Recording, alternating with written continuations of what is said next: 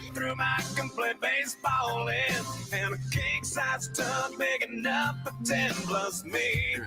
For what you need, I'll need a credit card that's got no limit, and a big black chair with a bedroom in it. Gonna join the Mile High Club at 37,000 feet.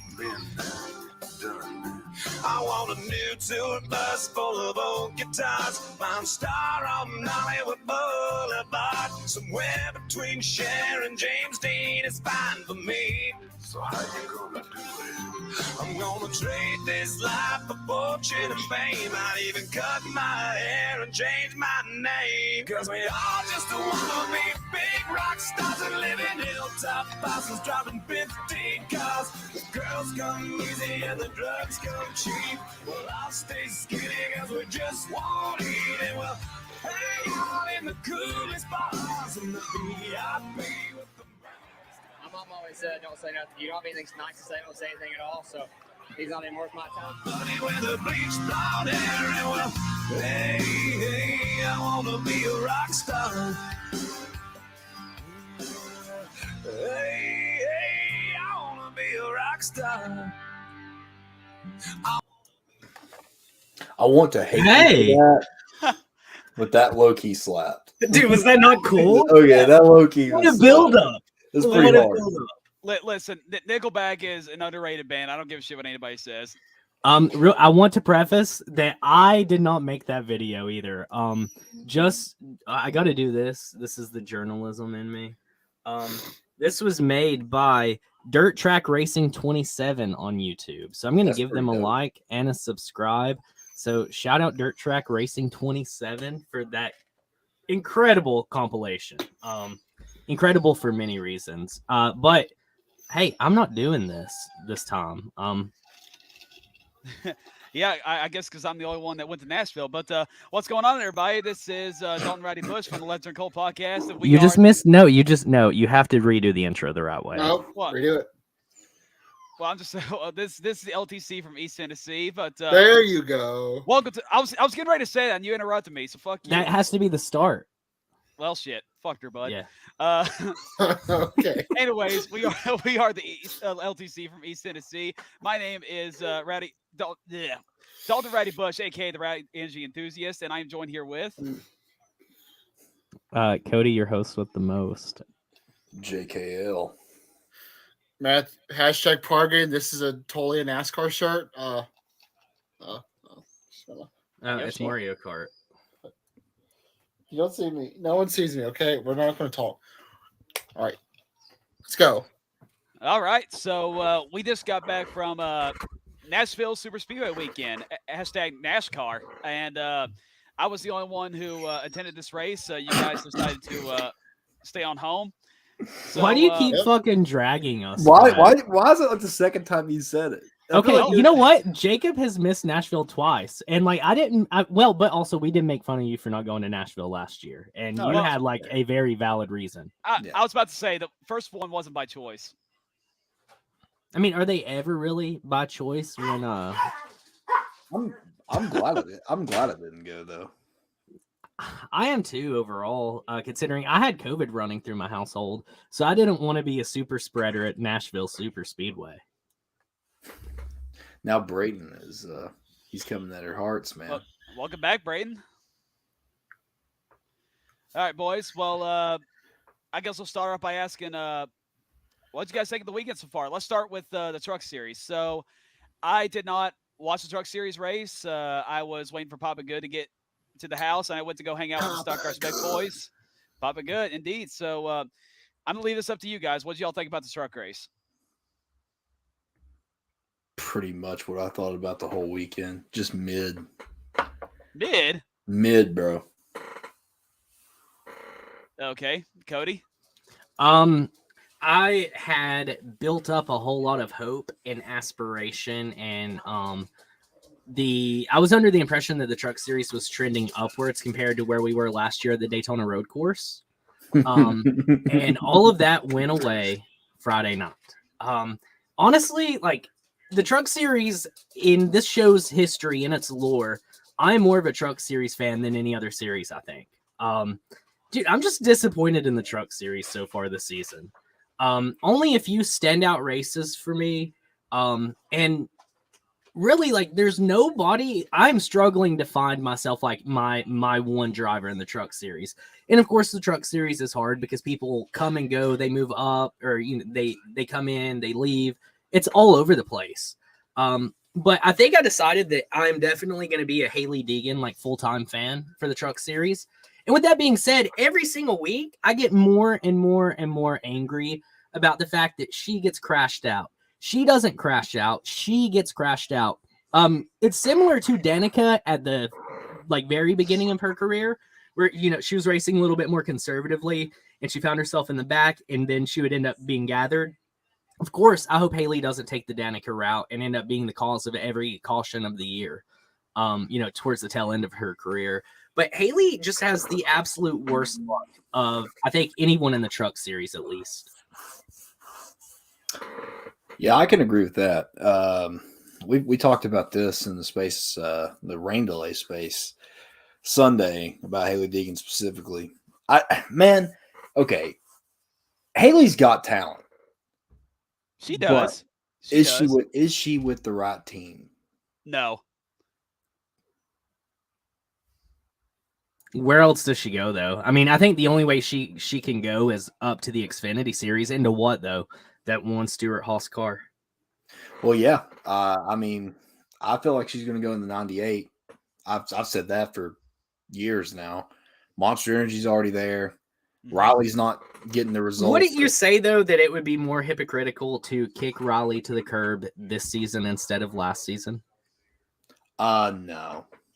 Dude, that car went from winning 9 times in a season to barely finishing top 10. No excuse. Like, Chase Briscoe absolutely dominated in that car. That car was a championship contender, and now I don't even see that car making it to round of 4. This is true. Like, this is the thing, though. Wherever she goes, it's going to have to be a Ford. Yeah, it'll be a Ford. Ford's got her locked up. And when she was on a DBC, it was, I don't know, probably like a month and a half ago now. She actually kind of like shit all over Toyota and like basically called them out for all of their lies to her. Like, what they told her was not what she ended up receiving. And yeah, I can only imagine how much Ford is putting into her. So market study last year showed that she is the most marketable female athlete in the world, which is insane, but the most marketable. Her social media game is like miles ahead of any other drivers, right? So the amount of money that Ford must be paying, like, to keep her loyal to them, because I could only imagine what Chevy could throw at her. I mean, genuinely, like, dude, she would fit in a JRM car, but it's just not going to happen. Mm-hmm. Yeah. Oh, okay, Parv, what about you? I mean, basically just like going off like what they said, I don't have anyone really in the truck series to pull for since Sheldon Creed went up because Sheldon Creed was my boy. Oh, brother. Okay. But yeah, I think if anyone, I probably would just be Haley Deegan, like all of them, and she's not going to go to another dealer, she's not going to go to Toyota or go to Chevy. But she's Dodge. She's loyal to Ford right now. Yeah, and I mean, I guess if the money's there, why wouldn't you be? Brayton has a little bit more insight, obviously, than any of us do in this regard. I think that's clear to see, honestly, even like from our perspective, like you see Ford drivers doing all of this cool stuff all the time compared to Toyota or Chevy. I mean, look at what Ford has done with Joey, right? Like Joey's had some really cool videos come out where it's like all in. And then of course everybody gets like the nicest Ford vehicle that's on the market, right? I feel like they wake up in the morning and there's just a blue bow on top of that car in their driveway. Well, also I was going to make this point earlier. It's kind of noticeable that once a driver gets locked into a Ford, they're there for a while. Getting away from some, just weird circumstances like Daniel Suarez racing for Stuart Haas, which I think we were all kind of like, well, that's kind of weird. And he got a 1-season deal. That's it. But most drivers that go to a Ford stay there for a while. It's definitely not like Toyota. I think Chevrolet's a close second as far as that, as keeping drivers. But Toyota definitely struggles in keeping drivers. Example, Haley Deegan. All right. So Ryan Preece goes back-to-back at National Super Speedway in Truck Series this year. I remember he won there last season and won again this year He in the same paint scheme, might I add. he So won all 3 stages, didn't he? I actually Like don't know. I think he won all 3 stages. Yeah. I think that's what. Yeah, Dalton. Right. I get you would probably now. Okay, I see how it works sometimes. I get frustrated because y'all don't answer the question that I ask, and then it's because everybody gets on tangents. So now I see how I just totally veered that in the opposite way from the race itself. Yeah. But yeah, Ron Preece. I was hoping Carson Hocevar was going to put him into the wall.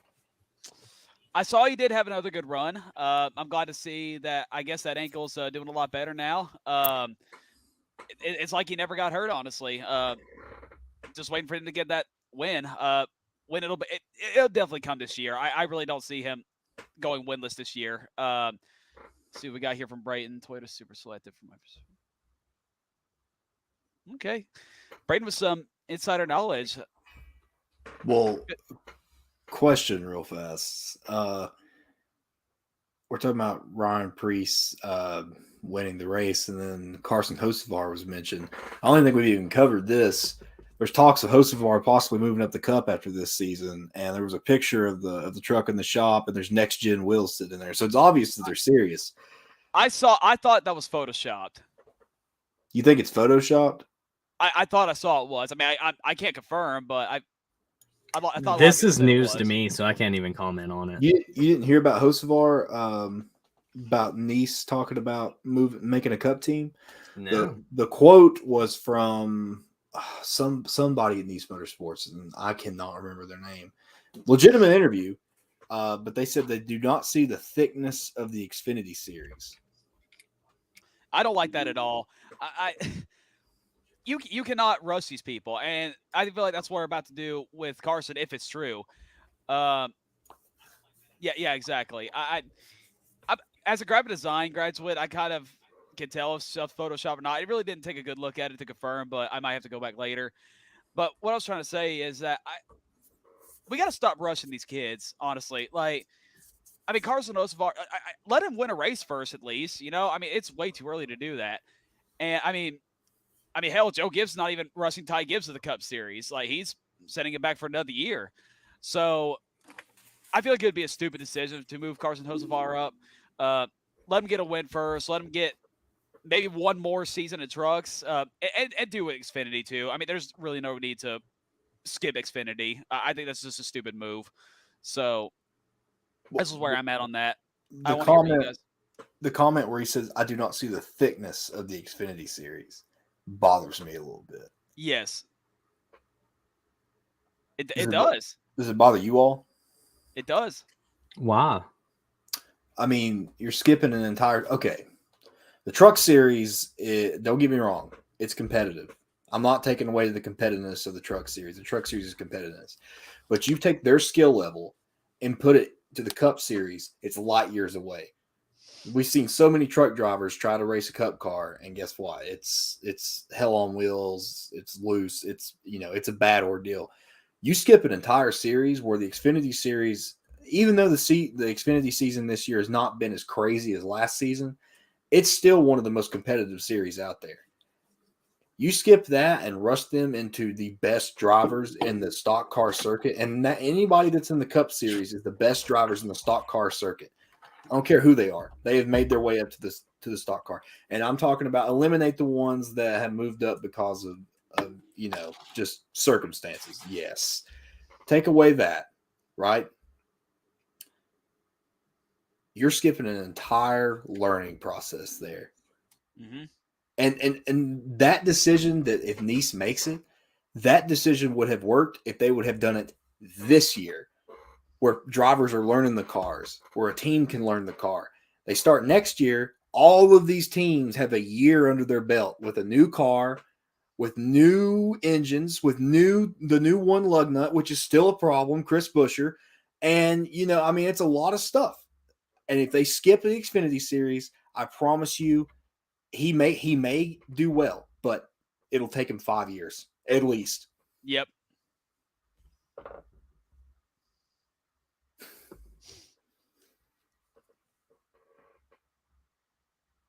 You muted. I do appreciate the like the foresight in what you're saying. I do acknowledge that you are correct. But I mean, what's the harm in just throwing a guy into the cup? Like, and even let's say Josh Berry's still running the hometown tracks, you know, in like a late model sportsman series kind of thing. If he's got his NASCAR license and it is fit for him to run at a Dover or a Charlotte or that sort of thing, why not just throw him straight into a cup car, especially this early into the new generation? Because I feel like now, yeah, if they wanted to move Carson up in like 4 years from now, then yeah. But I think like with a brand new car coming in, I think it's the perfect time to maybe like just throw someone into the cup. Now, would I, if I'm the team owner? No. But I mean, I don't think it's an awful idea. But you said Josh Berry is an example. I would agree with Josh Berry. He's in the Xfinity Series. He's a proven winner in the Xfinity Series. Great driver. Right. Well, I was talking before he was even there, though. Oh, okay. Yeah, I mean, Josh Berry's good, but would you throw Tyler Ankrum into the non-car to sub in for Chase Elliott? I mean, like he's not going to be the first person I call, no. But Yeah. I mean, I think it would be cool to see because look at how well Zane did. Zane's a perfect example of this right here. Yeah, I mean, Zane did a good job, but I mean, I just don't think it's a good idea for Nice. At least make an Xfinity Series team. And I understand, like they have the money to put a Cup Series team in, but I still think that, like, if they were going to do that this year, what's poppin', Mark? I agree, though. I do agree with you. I mean, like I said, if I ran a team, that's what I would be doing. Yeah, but I don't hate it as much as you do. I guess I do hate it. I hate it a lot. I like this pretty much like summarizes like my stance on it. Because I mean, this car is just totally different. I think Daniel Hemrick is like a good coincide. Daniel Hemrick won a championship and got let go. Hocevar hasn't won a race, and they're talking about making him a Cup driver. Well, didn't Daniel Hemrick get let go like before the championship? Yeah, they already had that seat filled. God, I think we knew Daniel wasn't returning before the playoffs even started. Yeah, well, Hemrick had a deal with Joe Giz, which I thought this was filthy, bro. I still stand by this one. He had to finish like what, top 5 every race or something like that, which is why you saw him running like hell. Yeah. Yeah, I mean, you know, that was a dirty move. The guy won Joe. Regardless of opinions about Daniel Hemrick or whatever you think, Daniel Hemrick won Joe Gibbs money. Arguably a lot of it. Yes, arguably a lot. I think that's fair. So, well, how would you let's do this? How would you rate the truck race overall on a scale of 1 to 10? 4.8. 5. 5, I guess. So mid. All right. So one thing I want to do real quick before we move on to Xfinity, I kind of want to review my weekend by each day. So I just want to start. Before you do that, does it not scare you sitting in front of an open window? No? Why? Dude, I would be so paranoid that someone was just standing out there watching. It's not even open. No, the blinds are up. Well, I ordered Papa John's pizza, so I'm kind of waiting for the car. So okay. I'm starving. Anyway, so will you do a pizza review on camera? It's gonna be Papa John's. What kind of pizza did you get? Did you just get pepperoni? Medium cheese, extra cheese. That's mid. That's a mid pizza. Why? Whoa. No. It is. It is. Cheese is the best. Just a cheese pizza is the best way to judge any pizza place on the planet. And pepperoni. Because, yeah, well, pepperoni, though, can be different from place to place. Just a cheese pizza allows you to get, like, the organic pizza. To me, that is like arguing a hamburger tastes good without seasoning. Oh, that's a BFT. Okay, I do like Papa John. Mark gave the race a 7, just from the radio broadcast. Okay. The radio broadcast does make the races sound better. If you're not watching, like it kind of make it sound exciting. Yo, How do you know if they put extra cheese on it? Yeah, That is a good you got to point. be quicker than that because I'm going through these comments. I'm the comment guy. I've already brought that one up. That is a good point by Mark. That is honestly a good point. How do you know? How do you know, Dalton? I honestly do do know. Do you go through the layers? No, like you can look at it. Like if I just order just like a regular cheese, like it's not as cheesy if I order extra Are you cheese. going to Like be backed up later? I'm always backed up. Yeah, I mean, if you're already always constipated, you might as well enjoy everything. That's Yeah. a BFD from Keith. That's true.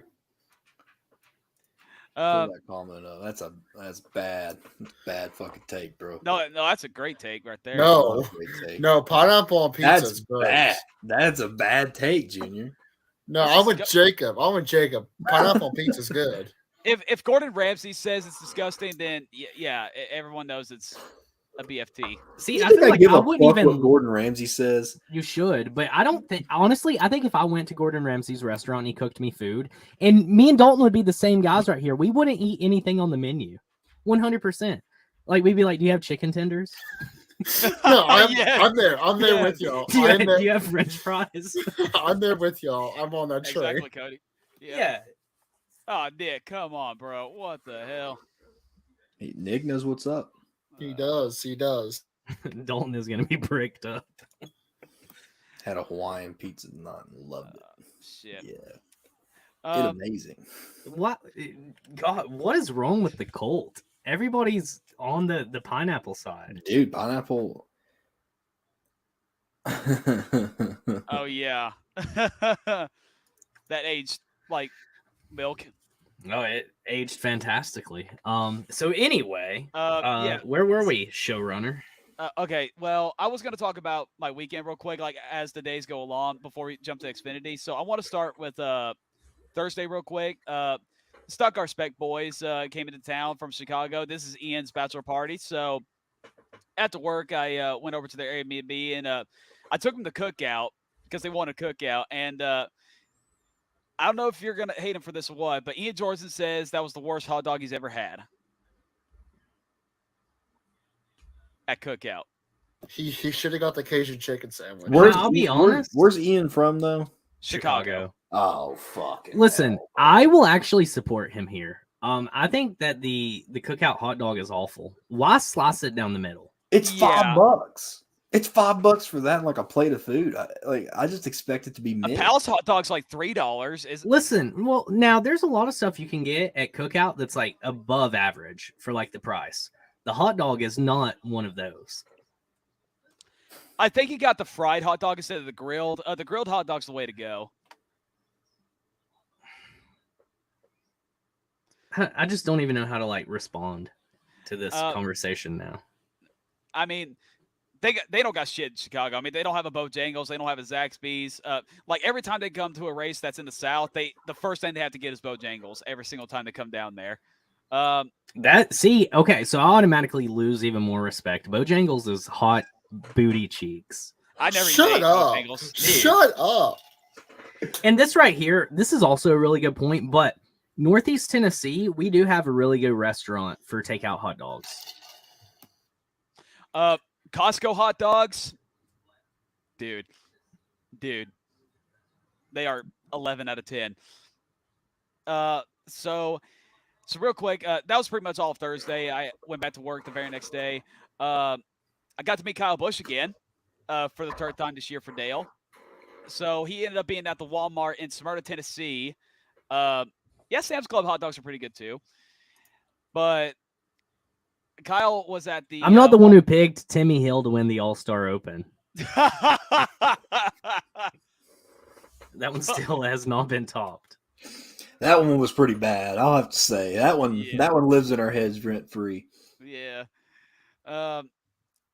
So yeah, after work on Friday, I got to meet Kyle Busch again for the third time this year for Dale. I got to talk to the good folks at Rat Energy that were there at Walmart.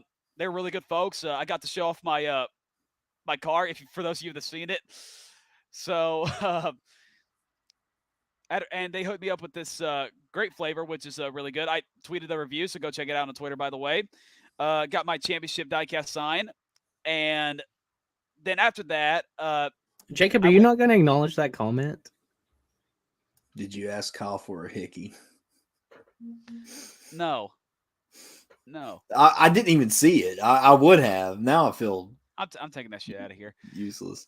But anyway, so after all that, I go back home and I wait for Dad to get here, and then we wait for the truck race to be over to for the boys to come back. We're gonna go hang out at their Airbnb, and this is the first time the Stock Respect boys met my dad. They were excited to meet him.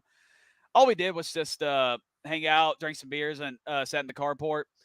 The last thing I want to say before we move on, sadly, we witnessed the tragic death of an armadillo Friday night. I wondered what you were talking Dude, about. in the I thought you guys- Discord, that was so funny because you were like, guys, we just witnessed a murder.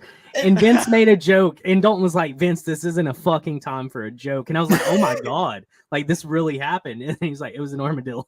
So fun fact, Dalton and I lived, we didn't even know this for how long, Dalton. We've been doing this show together for a couple of months. Year. For a year. Oh, before we realized that we lived, what, a mile away? Oh, fuck. Wait, this is my 1-year anniversary on LTC, being a full-time co-host. Is it? Hell yeah. I just realized, yes. Dude. Well, Shout out. Congratulations. congrats. You guys hired me a year ago yesterday. Hired you. Dalton, we haven't paid you a fucking dime. You should say you volunteered. And I remember that was the day Kyle Busch won a Pocono. And yesterday was the day Kyle won a Pocono a year ago. So that's where it all began. Well, we live like so close to each other, and me and you are gonna really connect on this. There's so many armadillos. There is. See, There's so many. What shocks me is that a lot of people that live here say there's not many armadillos here. I'm like, dude, I see them dead on the road like everywhere. Dude, I go. I've never seen a dead armadillo in Tennessee. I thought armadillos were only in Texas. to be No, honest. I and I thought the consider same thing. myself to be smart. No, and what's funny is, well, it's not funny, but it's kind of Read funny. Mark's So, comment here. Jacob, This one's When you good. hit them with well, that's what I was getting ready to say. When you hit an armadillo, it does not do like any other animal. No, bro. You hit a possum, bro, that thing just goes flat. You hit a skunk, it lays off a little stink. You hit an armadillo, they suicide bomb. It just explodes everywhere. It's nuts. It's the craziest thing I've ever seen. No, let me tell you what this one did. So again, we were sitting outside just chilling, and Nick hears this this clacking sound or whatever, and first he says, what in the name of paranormal activity fuck is going on? And we get up, and there's a fucking armadillo in the middle of the road flapping like a fish out of water. Like, we don't know what was wrong with it.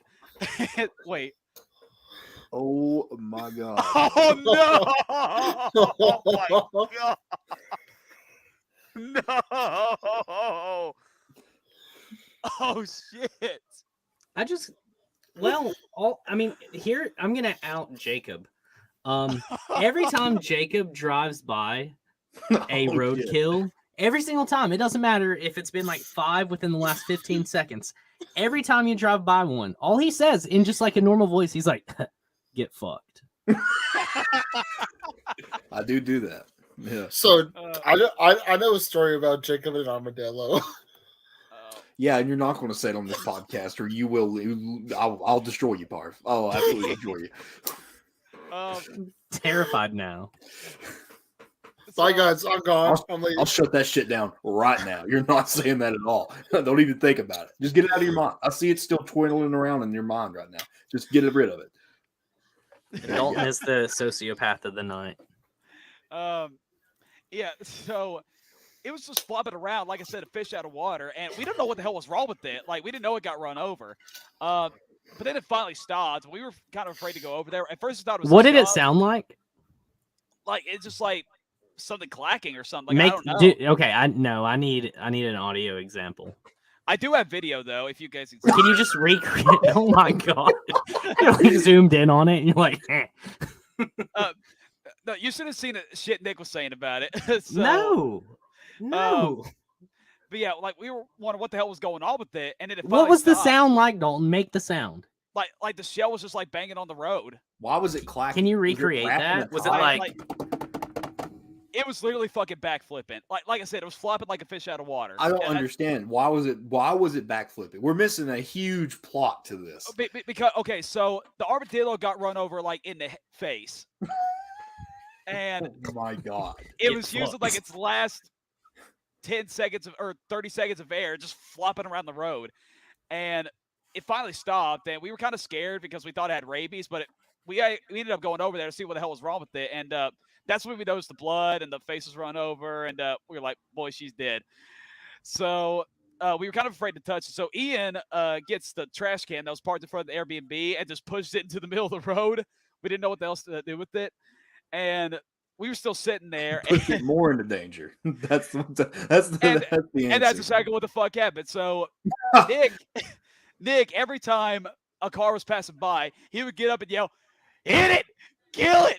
Kill it!" And he would get so pissed off if a car missed it. And there was one truck that hit it, and he was just jumping up and down celebrating.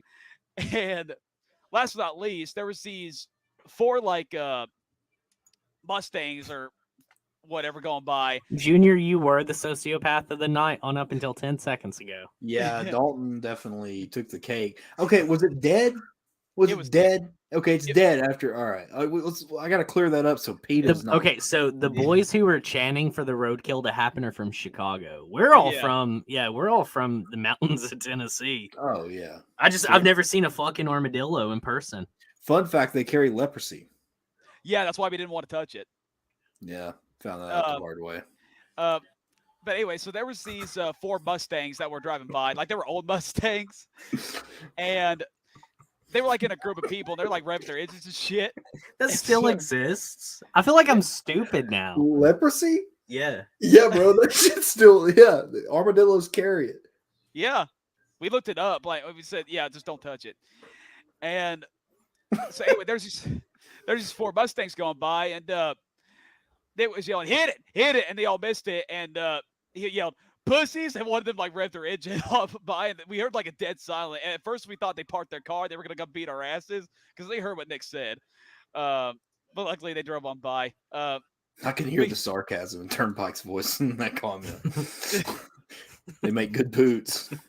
And there's a new album cover that Ian Jordan is releasing soon. I have it right here. If I can pull it up. Where the hell did it go? Are you showing the video right now?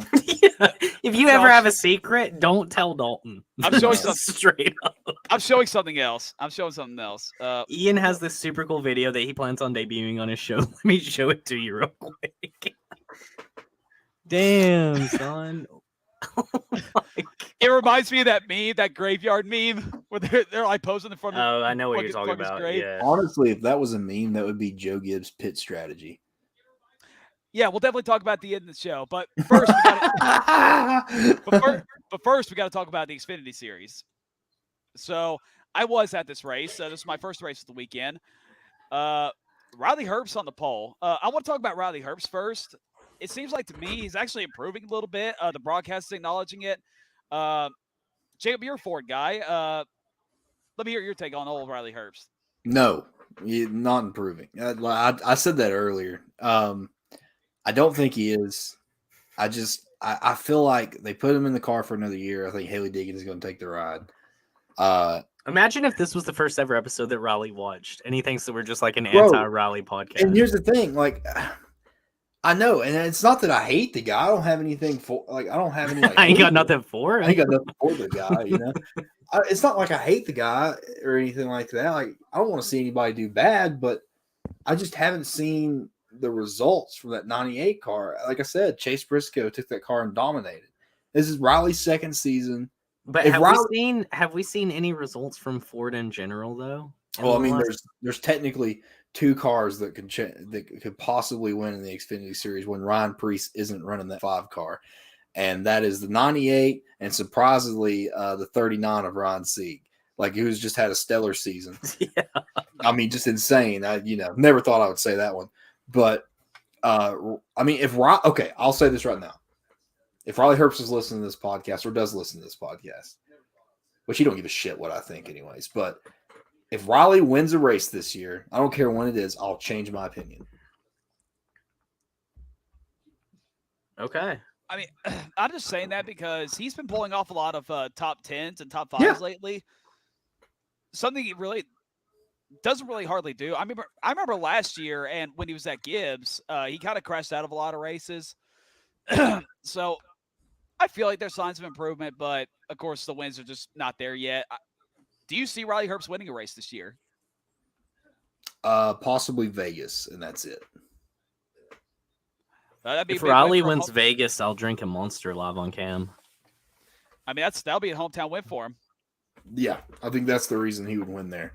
But is Riley confirmed coming back next season in the 98 car? I haven't heard. Nope. I don't think he is. I haven't heard yet. Nope. So I think Haley's going to move into that car next year. Well, Haley is still actually seeking an opportunity for this season, perhaps. So, I mean, honestly, that's a little bit concerning to think about in that regard, that maybe she won't go to the 98. Because clearly she would need another sponsor, because Monster's not going to sponsor 3 people in the Xfinity series. Yeah. Like, they're just not going to do that. Well, who's another 14 that Haley could go to if not Stuart Haas? They just don't exist like they used to. Literally. Fords and Xfinity series are gone. I mean, they're just gone. I mean, Ryan Sieg has been the number 1 Ford this year. I'll say that wholeheartedly. Why do I keep thinking he's a Chevrolet for some reason? Because he was a Chevy last year. There you go, Jacob. Yeah. I got an autographed Riley hat I want you to wear when he does. I'll wear it, Mark. I swear. I'll wear it. I'll turn my entire theory around on him. I don't even know why, but Pop Sackett. I feel like Dakota was the guy that watched Tourette's guy on YouTube. I feel like he was one of those dudes. I don't even know what you're talking about. I do agree with Turnpike here. I think Riley is definitely that kind of guy. Roush showed speed before they didn't.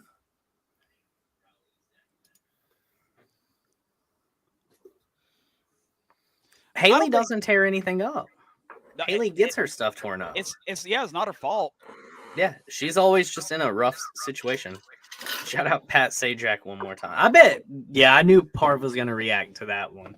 Parv smells like somebody who watches Wheel of Fortune nightly. The fact you said he smells like it disturbs me. I've smelled Parv. It smells like Altoids.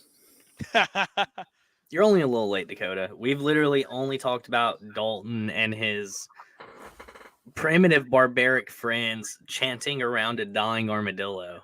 Is that was that word? Anti what is that?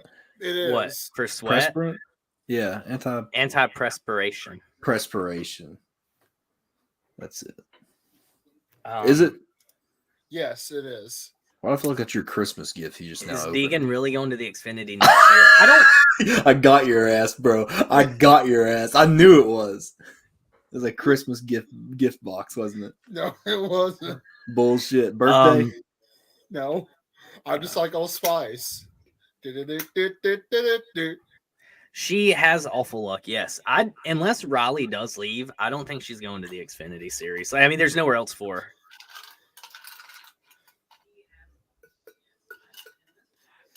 One more thing I'll say about the armadillo. We did give it a little memorial. I played After begging people to run it over. Why didn't one of you guys back up your car? And why didn't somebody finish it off? No, this is before. This is before.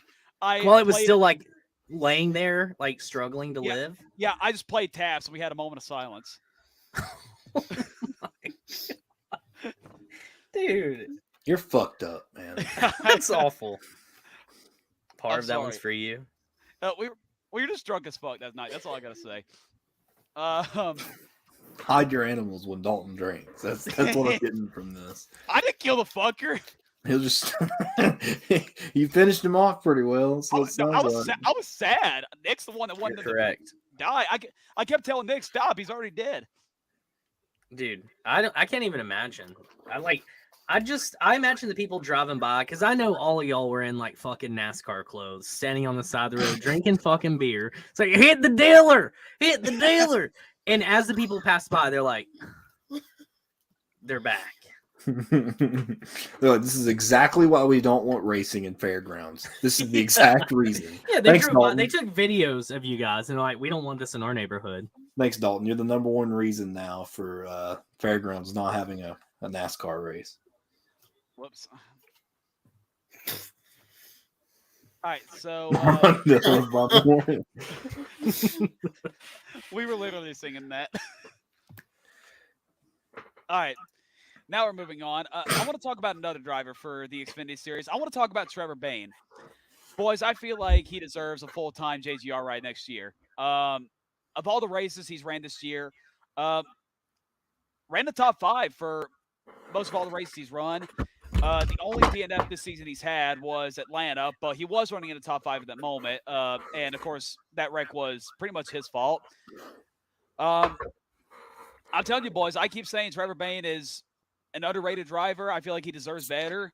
And I want to see him in a full-time JGR ride for next season. I want to know what you guys have to say about that. I'll go first because I'll have the shortest.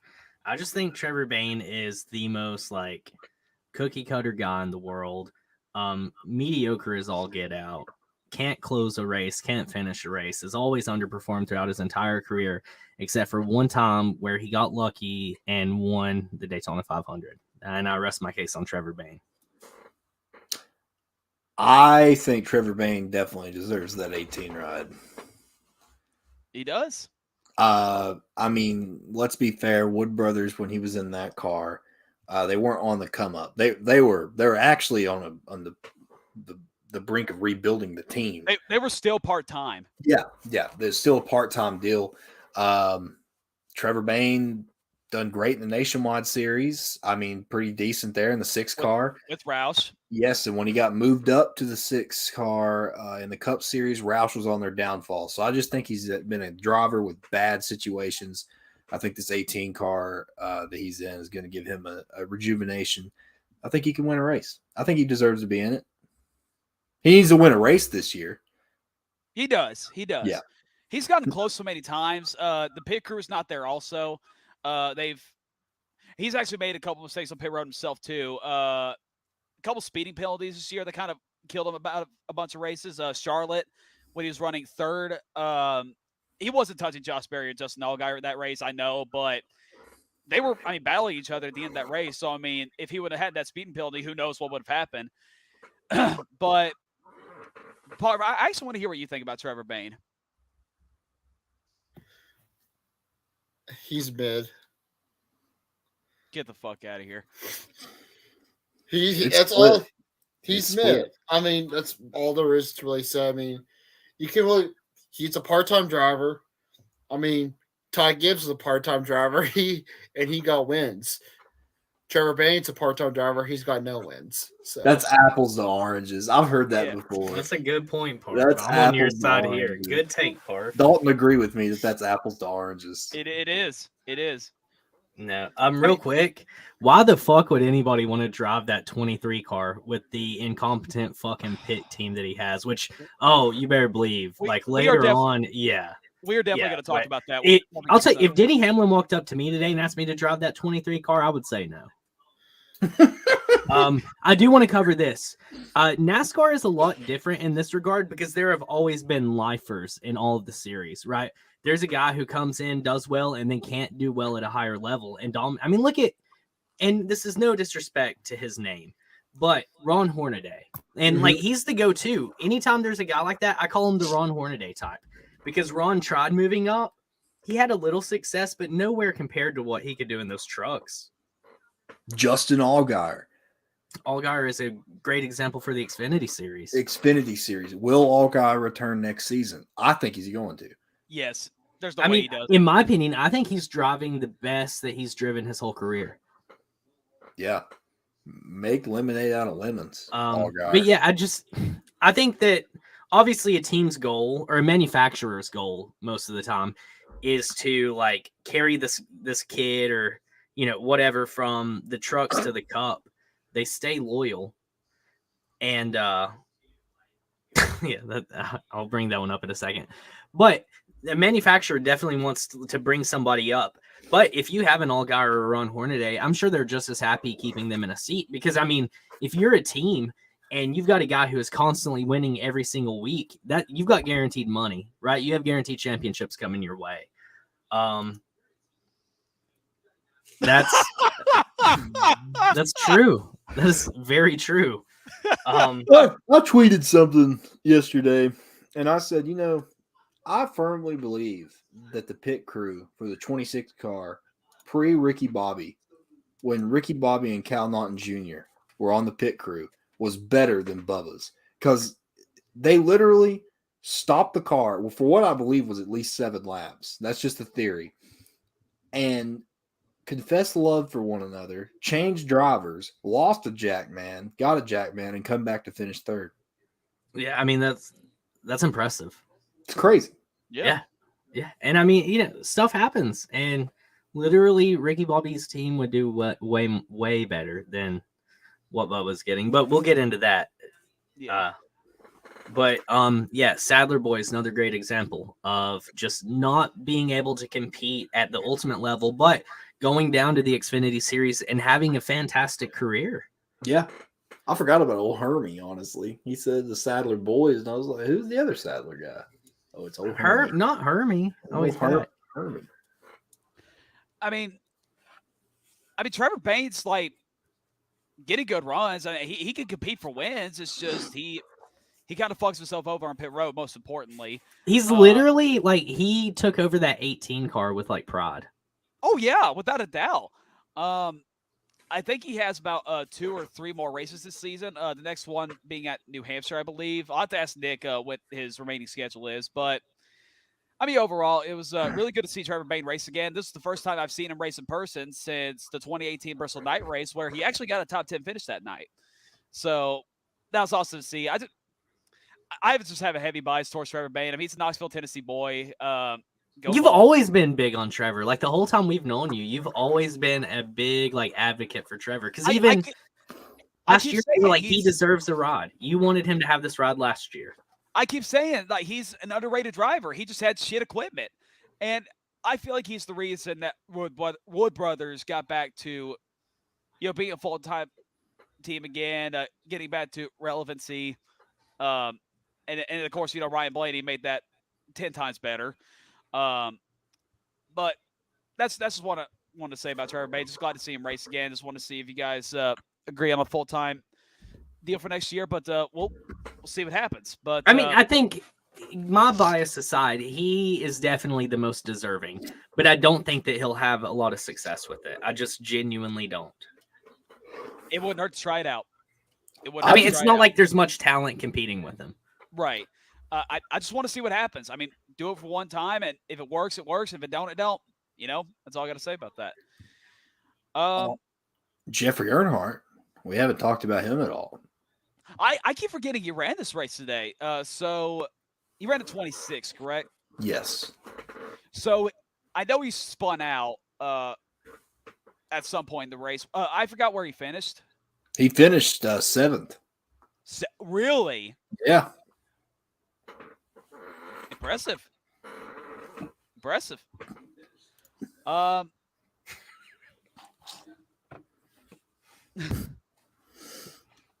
wouldn't mind trying that either, honestly. Papa John's is here. Actually, no, not yet. That wasn't my phone. No, you did. Yeah, no, that was it was a joke. Well, they're on their way, but before they get here, I want to say this. So I was at the Xfinity race, boys, and can we have the pizza guy on? I'm just kidding. Go ahead. I'll stop interrupting you. Yeah. I'll be honest, boys. So I was at this Xfinity race, and I really don't think that much happened. It was an okay race. I think this race was mid, but really, Justin Allgaier just absolutely dominated. Nobody had a damn thing for him. I forgot last year that he battled hard with Kyle Busch for this one last year. I feel like Justin Allgaier is the concrete king of the Xfinity Series. Yeah, Allgaier would have won this race last year had Kyle not ran the race. Oh, for sure. Actually, I thought there were points last year where Allgaier was going to win. Yeah, I hated that so much.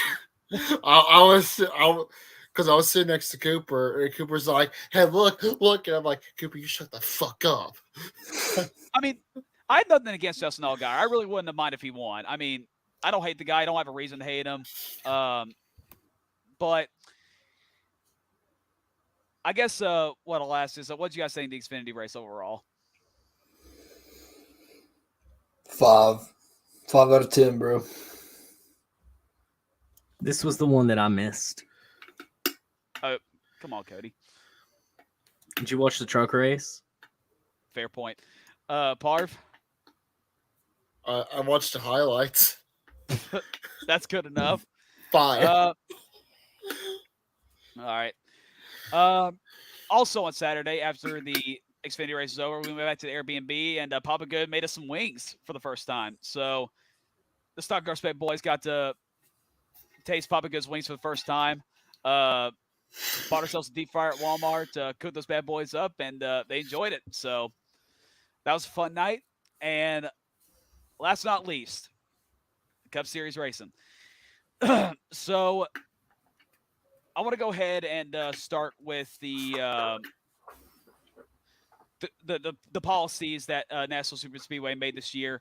So obviously, the cooler ban was still in place. However, my friends actually did sneak in beer from their clear backpacks. I don't know how they did it, but they told me that he said, "Wait, is this beer in here?" He said, "No, it's water." And they're like, "Go ahead and go on." So congratulations to them, I guess. But If you ever rob a bank, don't rob it with Dalton. Yeah, he just outed him right then. Nashville security is just like, oh man, we'll get him next time. I will say Nashville did improve on their parking and the traffic situation this year. So the road I entered in last year was actually closed, going out at least. I did not go in that way. Dalton, question, because Yeah. you and I had to actually drive there. Because Cody, you stay with the garage guys, right? You're with garage guys. They can't. So, They can't. So the back roads were closed, like the back road route. Did you have to take the back road route? Okay. No, actually, so I came from the boys' Airbnb. Okay. On the interstate. I did not enter through that this year, but going out, I know they closed it, and I couldn't go that way. They made me turn right back to the interstate. Okay. They did add more parking spots, though, and all the parking spots are free. So I'm glad they improved on that. Yeah, parking was free this weekend. Fuck that. Well, I mean, they pretty much improved. I mean, it was thanking them for having to sit in traffic last year, and some fans missed the race. No, here's what they did. They made it free, so that way y'all might have been sympathetic towards them not letting you bring in coolers. That's exactly why they did that. They wanted to lighten the mood of everybody because they already knew they were pissed off that they're bringing coolers. So like, free parking. Our gift to you all. Fuck your coolers. No, it's that Pawn Stars meme. It says, "I want coolers," and Rick says, "The best I can do is free parking." Sorry, I interrupted. Go ahead. No, it's all right. But yeah, better traffic plan this year. So thankful for that. And also,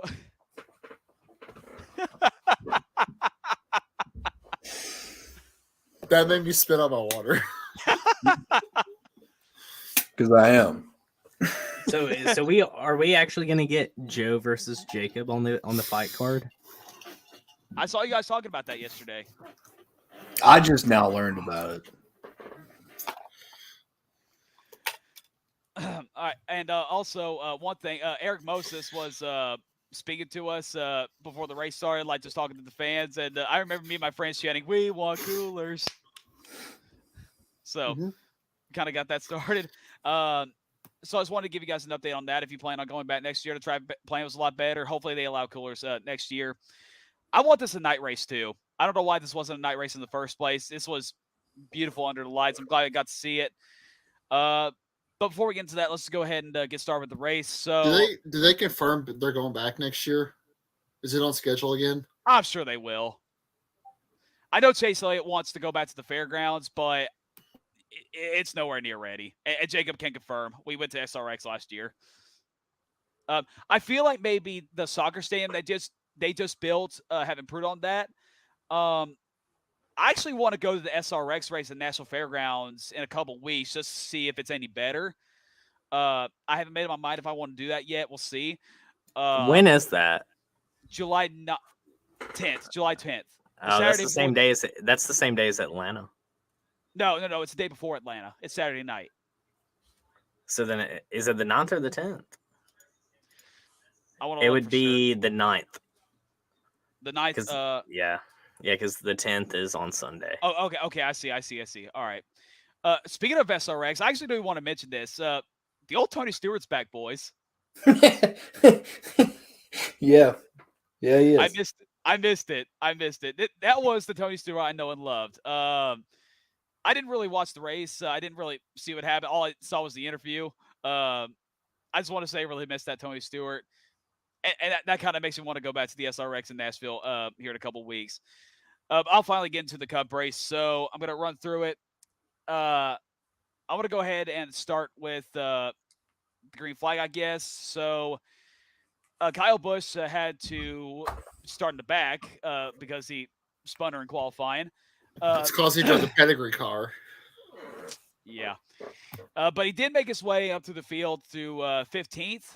And I feel like early on in the race, if you were Kyle Busch or any of the Trackhouse cars, you were the only people that could pass. Kind of tough to pass early on. But we get the first caution for Josh Bilicki, slow on the racetrack. There's going to be more on that later on in the video. But right after that, we had a lightning delay. Fortunately, there was no rain. But there were 3 lightning strikes during the 30-minute period, so it kind of extended the lightning delay to an hour and a half. But we do get back to stage 1, and it was dominated by Denny Hamlin and Martin Truex Jr. Early on, it looked like they were the guys to beat.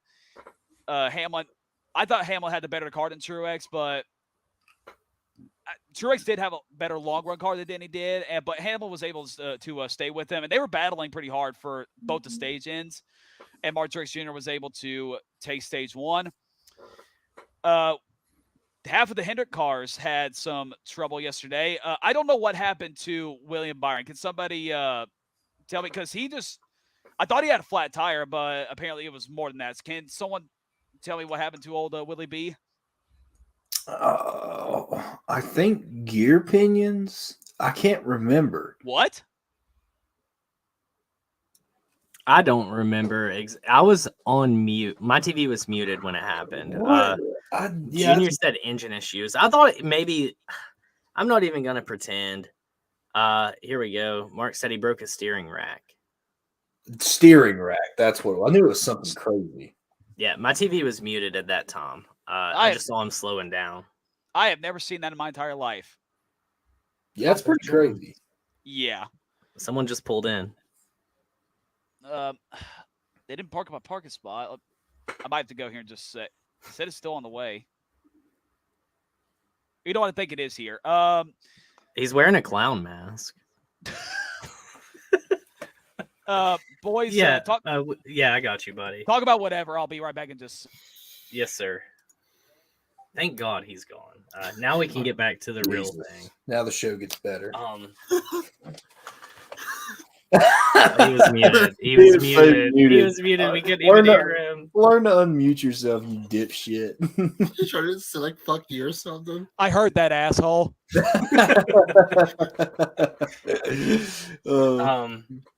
So, Junior, I hate to disappoint, but we don't have a guest tonight. We do not. We could say Parv's a guest because he's only been on here like 6 times all year. So technically, we got Parv Pokris. So Nashville has light, so that's why they were able to continue late at night. Now, if they didn't have it, they were going to have to reschedule to noon today on the USA Network. Now, you could have watched this race on Peacock, the USA Network, or NBC, whichever you prefer. But you're with Fox though. Oh shoot, Fox. Yeah, why are you giving Peacock such a plug, Bob? Sorry, don't buy Peacock. So just don't watch the race. Yeah, just don't watch it at all. Don't watch the race. We need Mike Joy. We need Mike Joy back. We need No, we don't need Mike Joy back. We need Jamie Little back. That's what we need.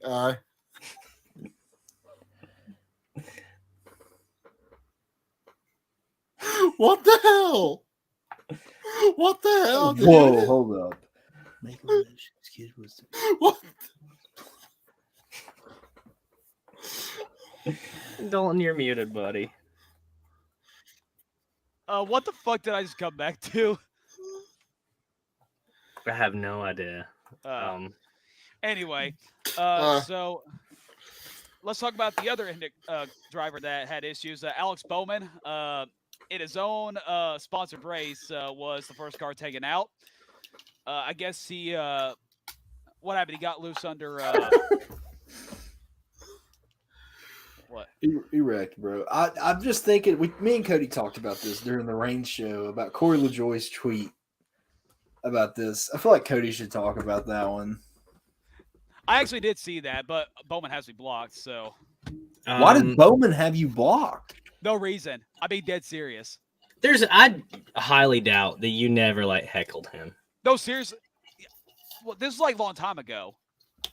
That was it's like pre-Hendrick? Yes. What could you have said to Bowman? What the fuck? How could Bowman have pissed you off? I mean, there's been a couple of people that have been blocked for like no reason by celebrities or whatever.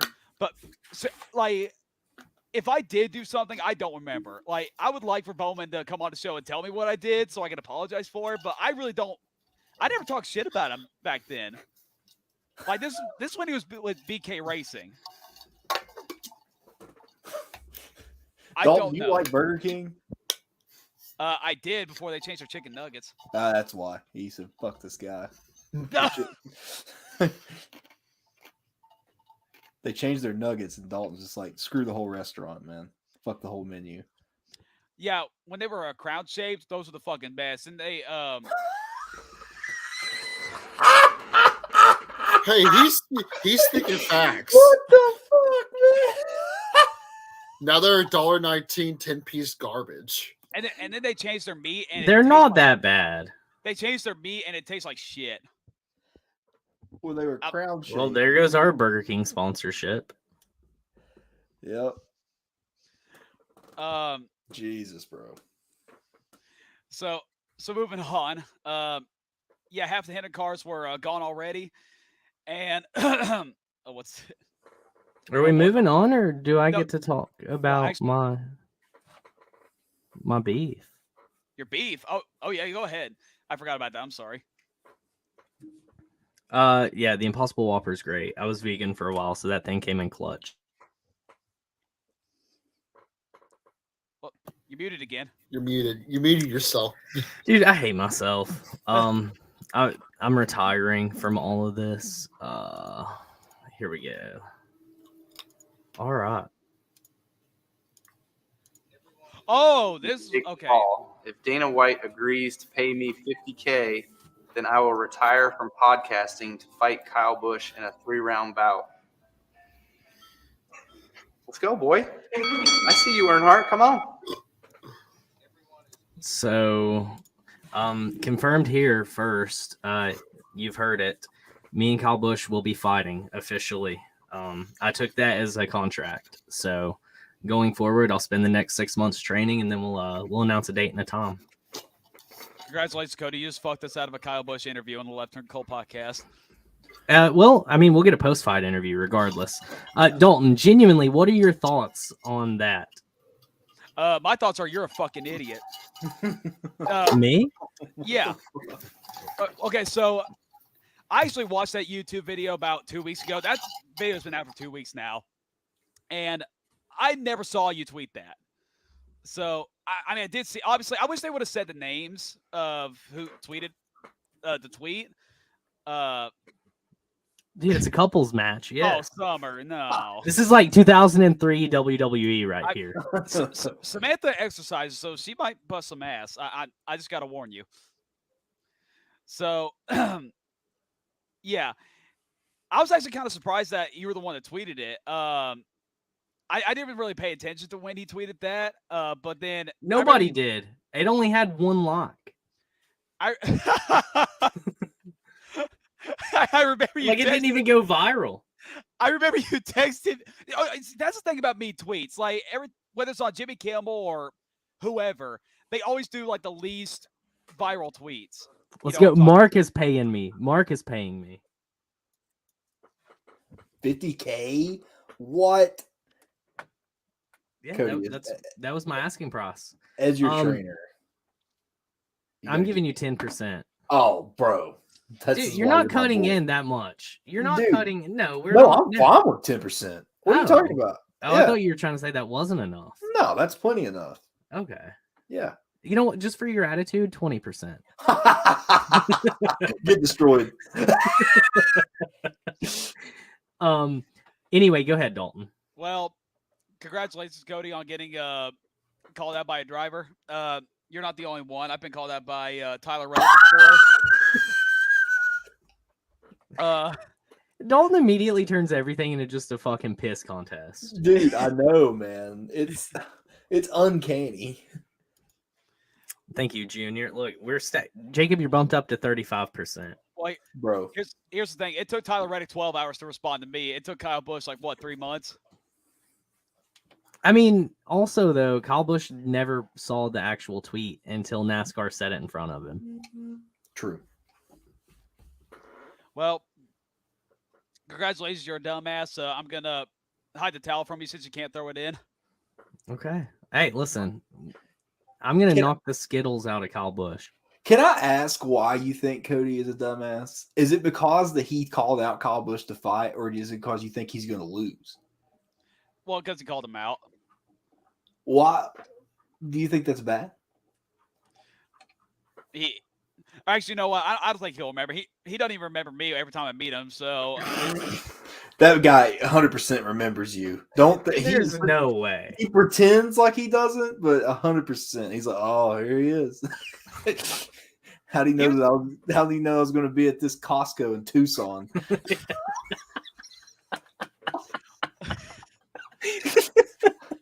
I will say this. How the fuck did you even know about rowdy watermelon / grape / cherry? How does he already have a T-shirt for that? Oh yeah, cue up the old Dakota comment. From Daytona, yes. Yeah. I remember The ultra that. mega watermelon strawberry kiwi blast sunshine surprise. Dalton's got a T-shirt, a hat, socks in that flavor, mandals, just decked out. It's not even public yet. How does he know? I want to go back to that real quick. So I remember Rowdy Energy tweeted on Thursday night that they were going to be at the Walmart on Friday at 10, but there was no way I was going to be able to go because I was working. But then they deleted the tweet, and at 1 a.m. it said they're going to be back tomorrow at 2:30. And I'm like, wait, do you mean like Friday or Saturday? And they wouldn't say. So I packed my Rowdy Energy shirt and my diecast just in case, and then I was leaving work at 3 o'clock. And Kyle was signing at 3:30, and I go on Twitter right before at this red light, and it said that Kyle was going to be there in 10 minutes. So I turned straight around. I was going, so I went in there, and Kyle was actually in a good mood for this one. He asked me what my favorite Rowdy Energy flavors were. I told him it's a dead heat between cherry limeade and blue raspberry. The blue raspberry just keeps getting better and better every time I taste it. This grape flavor right here. This is another one that's another must-have. You can only get it online, though. Hopefully, it'll be in stores soon.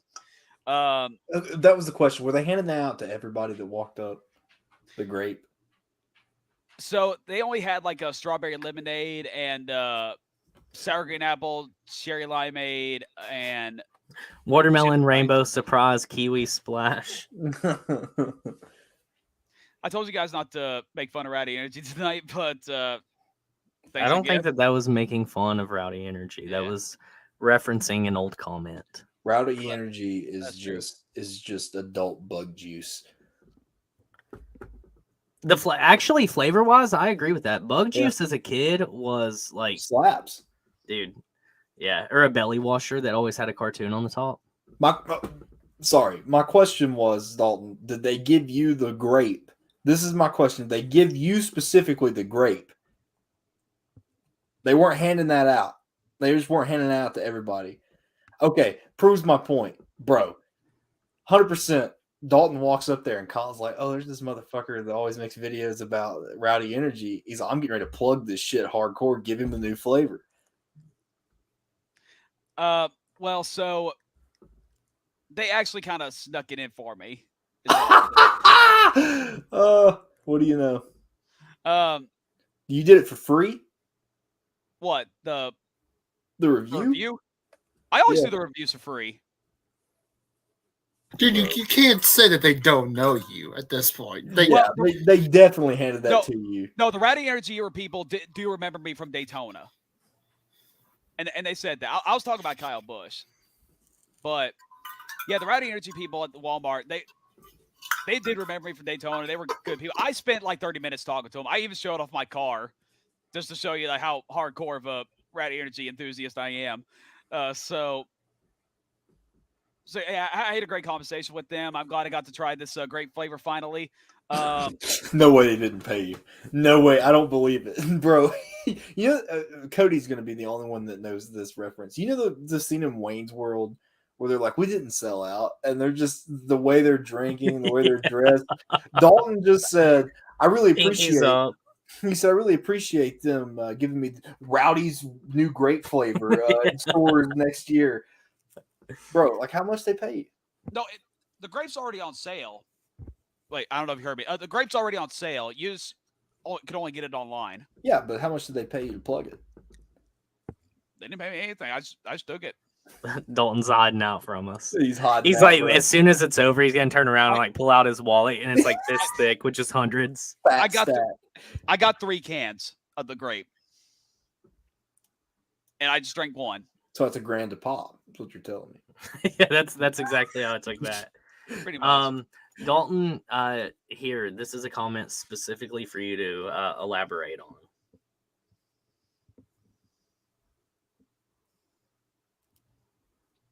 Yes. So finally, Turnpike with a good take. Listen, guys, these are so much better than the Gnosis and the Monsters. I mean, I'll just be honest that the Gnosis and the Monsters are just really not healthy. I've had a bad experience with Nos, and it's never again. I swore after that I'd never drink energy drinks again, like whether Kyle sponsors them or not. I should have gotten my Chase Elliott A-Shock stand up, and like we had like a standoff. Now, when he was with Monster, I didn't even drink Monster when he was with Monster Energy. However, I did try a sip at their pink flavor they had for the breast cancer awareness month at Charlotte. Kyle had like a pink Monster Energy paint scheme, and I tried to sip at that, but I mean, I didn't really drink the whole thing because, like I said, I was kind of afraid to drink a whole energy drink. But then after the 2019 season was when they invented Rowdy Energy, and I was like, what is this? And they already said like it was supposed to be like a lot healthier. And I'm like, you know what? Let me try this and give it a shot and just see how it goes. And I tried the cherry limeade for the first time. I just got like 1 can just to make sure it all goes well. And I mean, nothing happened. I didn't feel like shit after that. So I said, you know what? This is actually pretty good. I'm gonna start getting all these flavors. And so I finally ordered all the other flavors online, and I did reviews on them. And every other flavor that comes out, I'll do another review on that one. The only one flavor that I have to try left is the lime, and that's it. And I'll be caught up. I think the lime was the first one that I ever tried. No, that was sour green apple. Oh, sorry. Yeah. Glad you were there when I tried it. What's up, Mom? That's Mom. So where I played the Nickelback song at the start of the video, we got taken down off at Facebook. Did we really? Yeah. Actually, yeah. I kind of expect that because Facebook actually does have a. Yeah, I'm glad you know what? Fuck Mark Zuckerberg one time. Oh yeah, fuck Mark Zuckerberg. I agree. I'm glad he can collect my data for free, but I can't play a fucking Nickelback song. You're gonna copyright us over Nickelback, bro? Come on. Dude, well, you guys do remember, I hate to bring politics in this, but you do remember that Nickelback copyrighted Donald Trump for a tweet he sent. Yeah, that is true. So I think there was a lot of artists that did that though. But yeah, we got to get back to the Cup Series race. So I think left off at stage 2. So, boys, we were 11 laps from halfway and started lightning again. They had to evacuate, and this time it was a pretty bad storm. So, I guess I'll tell you the stories about what happened like during the rain delay while you guys were doing the little rain delay show. So Yeah, just our little measly fucking rain delay show. yeah, after we got evacuated, like once the lightning strike came, like once they weighed the caution, I was like, you know what, I'm just gonna go ahead and go in. They're gonna kick us out anyway. After like 10 minutes, it started pouring, and every time there was a lightning strike, I've never seen this before in my life, but every time there was a lightning strike, the lights under the grandstands would go out. At that moment, I thought it was about to get really bad, and then it started pouring, and the rain like flooded through the bleachers. So basically, the amount of downpour it was outside was the same as under the grandstands. You weren't even safe under the grandstands. The only place you were safe, this is going to sound weird, but was the bathroom. Like everybody just hit in the bathroom and just to stay dry. So there was that. But then we finally get back going about another hour and a half later, and that was finally the end of it, and we were able to get back racing, and luckily there was no rain after that, so I'm glad I got to see a whole race. And stage 2 finally ended, once again with Denny Hamlin and Martin Truex Jr. Battling for a stage win and going to MGJ once again. Man, Martin Truex Jr., so I forgot to talk about this, but he obviously signed another extension, I guess, with Joe Gibbs. He's going to come back for at least one more year. I guess that changed everything. It's like ever since he announced he's coming back, he's been on a tear. I just hadn't really seen him all season. Where are you guys at on Martin Truex Jr. so far this year? And I think he's had one of the most consistent seasons one of the most consistent seasons out of the field this year. Real quick, just on that, Truex currently sets 7th in points. Really? Yeah. He was on up in the top 5 until I think the Coke 600 perhaps. But yeah, Truex. So I mean, real quick, 7 top 10s, 2 top 5s, and 5 stage wins. I mean, the dude's not having a terrible season anyway. Wow. He's just not there at the end. Yeah, I'm actually surprised to hear that because I never really heard him up front all year long, especially at Sonoma. He's just ran top 10 all year. I mean, hey, that's good enough. I'm glad. Oh man, from a fan's perspective, specifically a race fan, I've never been an MTJ fan at all. I wasn't gonna bring this up. Ever since he has to come back on a tear year, yeah.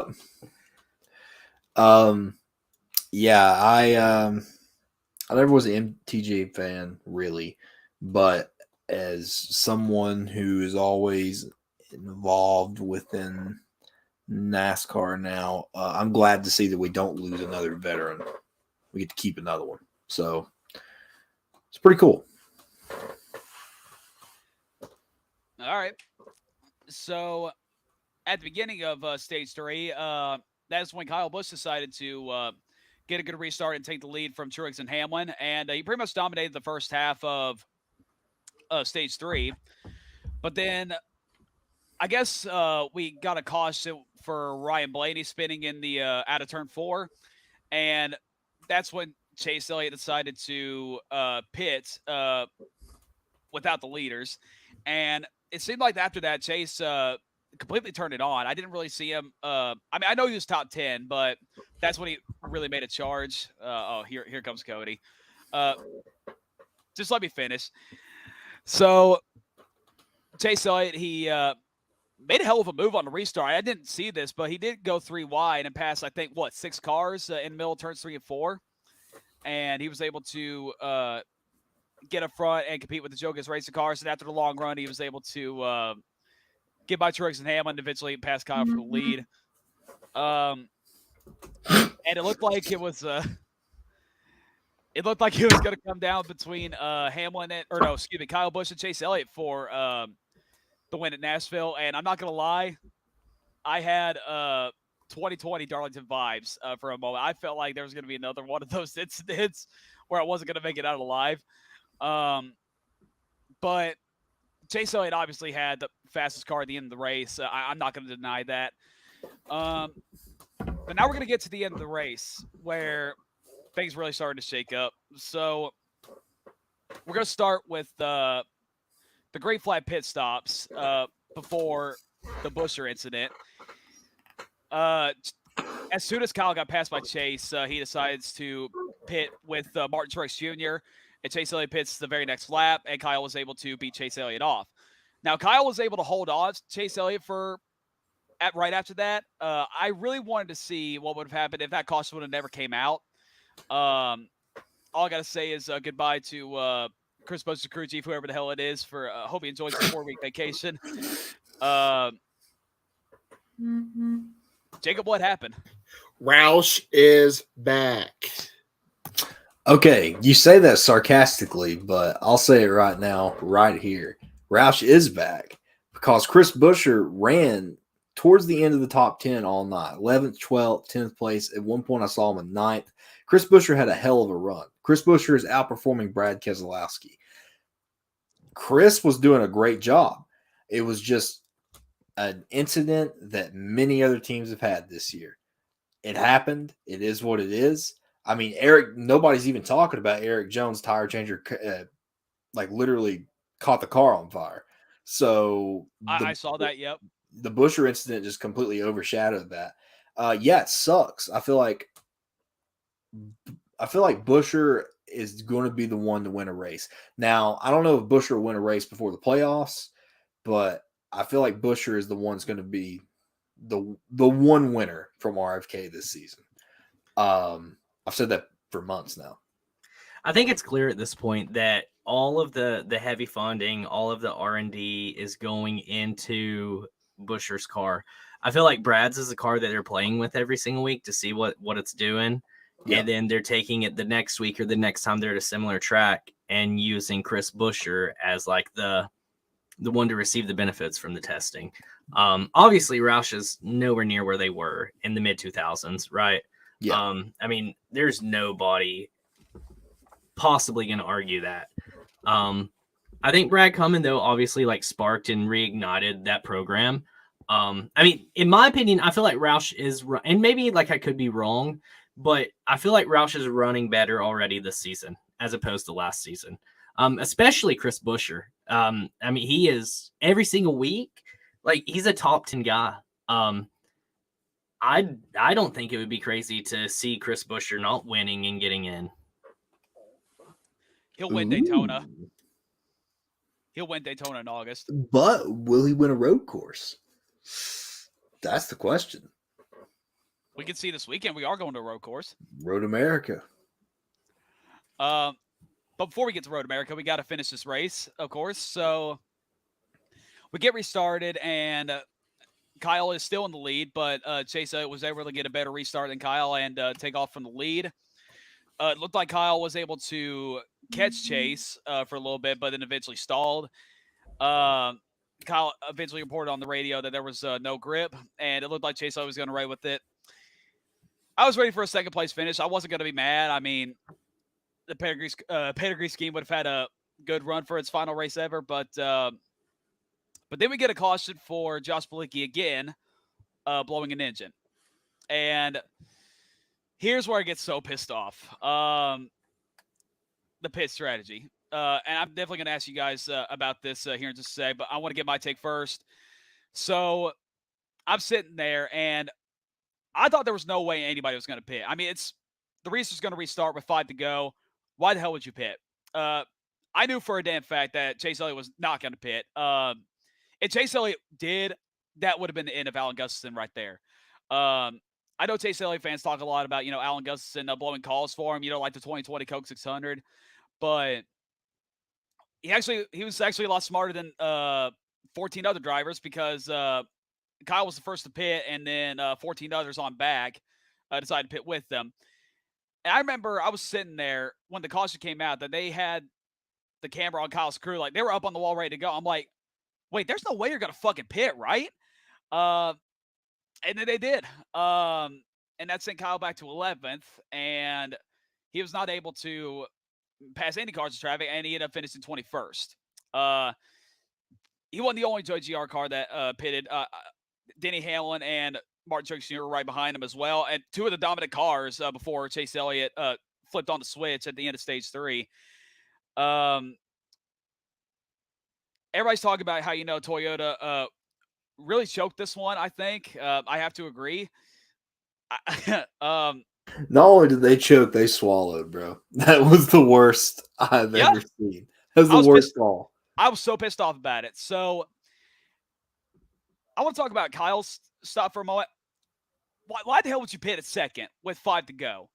Well, the thing that gets me is I know for a fact that Joe Gibbs Racing, they're talking within the teams. Like Joe Gibbs, was Joe Gibbs there? Was Joe Gibbs at the racetrack? Oh, yeah, of course. Okay. Joe Gibbs is there. I know that they're having conversations in between teams. Denny Hamlin pitted earlier and got stuck in traffic in the air and couldn't pass. So this is already known knowledge. Why come down to pit road and not just try to beat Chase Elliott on the restart? It was the worst call I've ever seen. You took the words right in my mouth. So here's what I was going to say. So it was actually easier to pass in the daytime, but once it got nighttime, it actually did get pretty difficult. Now, what really pissed me off is that, so here's what I gathered. I really need to get Kyle's scanner just to see who actually made this call. From what I heard is that Ben and Tony told Kyle to pit. Ben wanted 4 tires, but Kyle switched it to 2. It's still fucking stupid either way. You should have never came to pit road. But Kyle did say on the radio, I don't remember if this was like when the caution came out or after the restart, the final restart.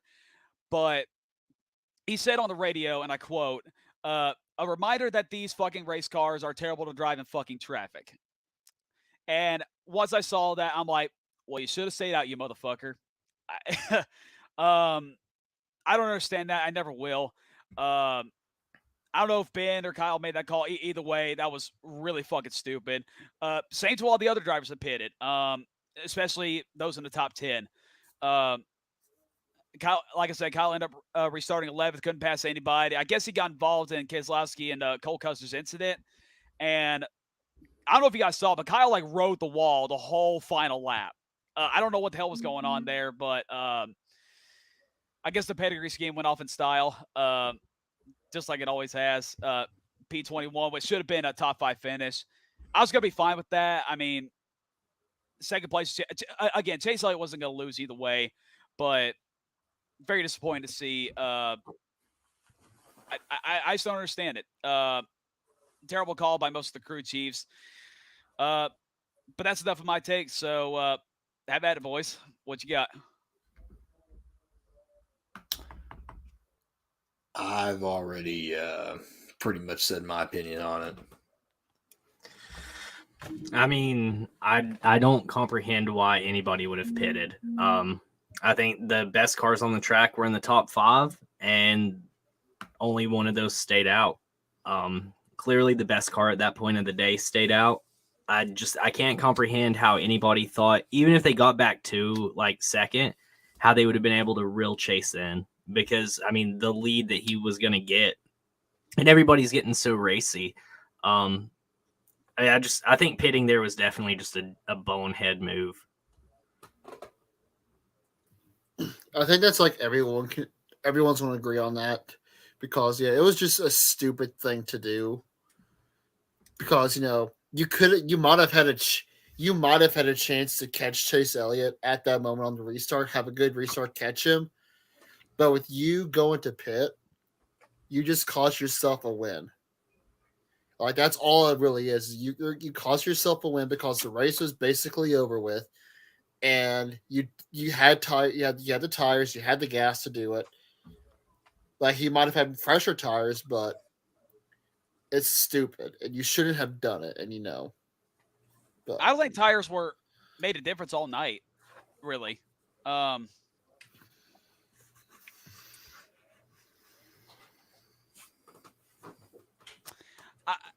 I don't know. I actually want to talk about this. So I was shocked to hear Kyle say this, but back at Gateway, he had a pre-race press conference, and I think it was Bob that asked him how he felt about the Gen 6 car.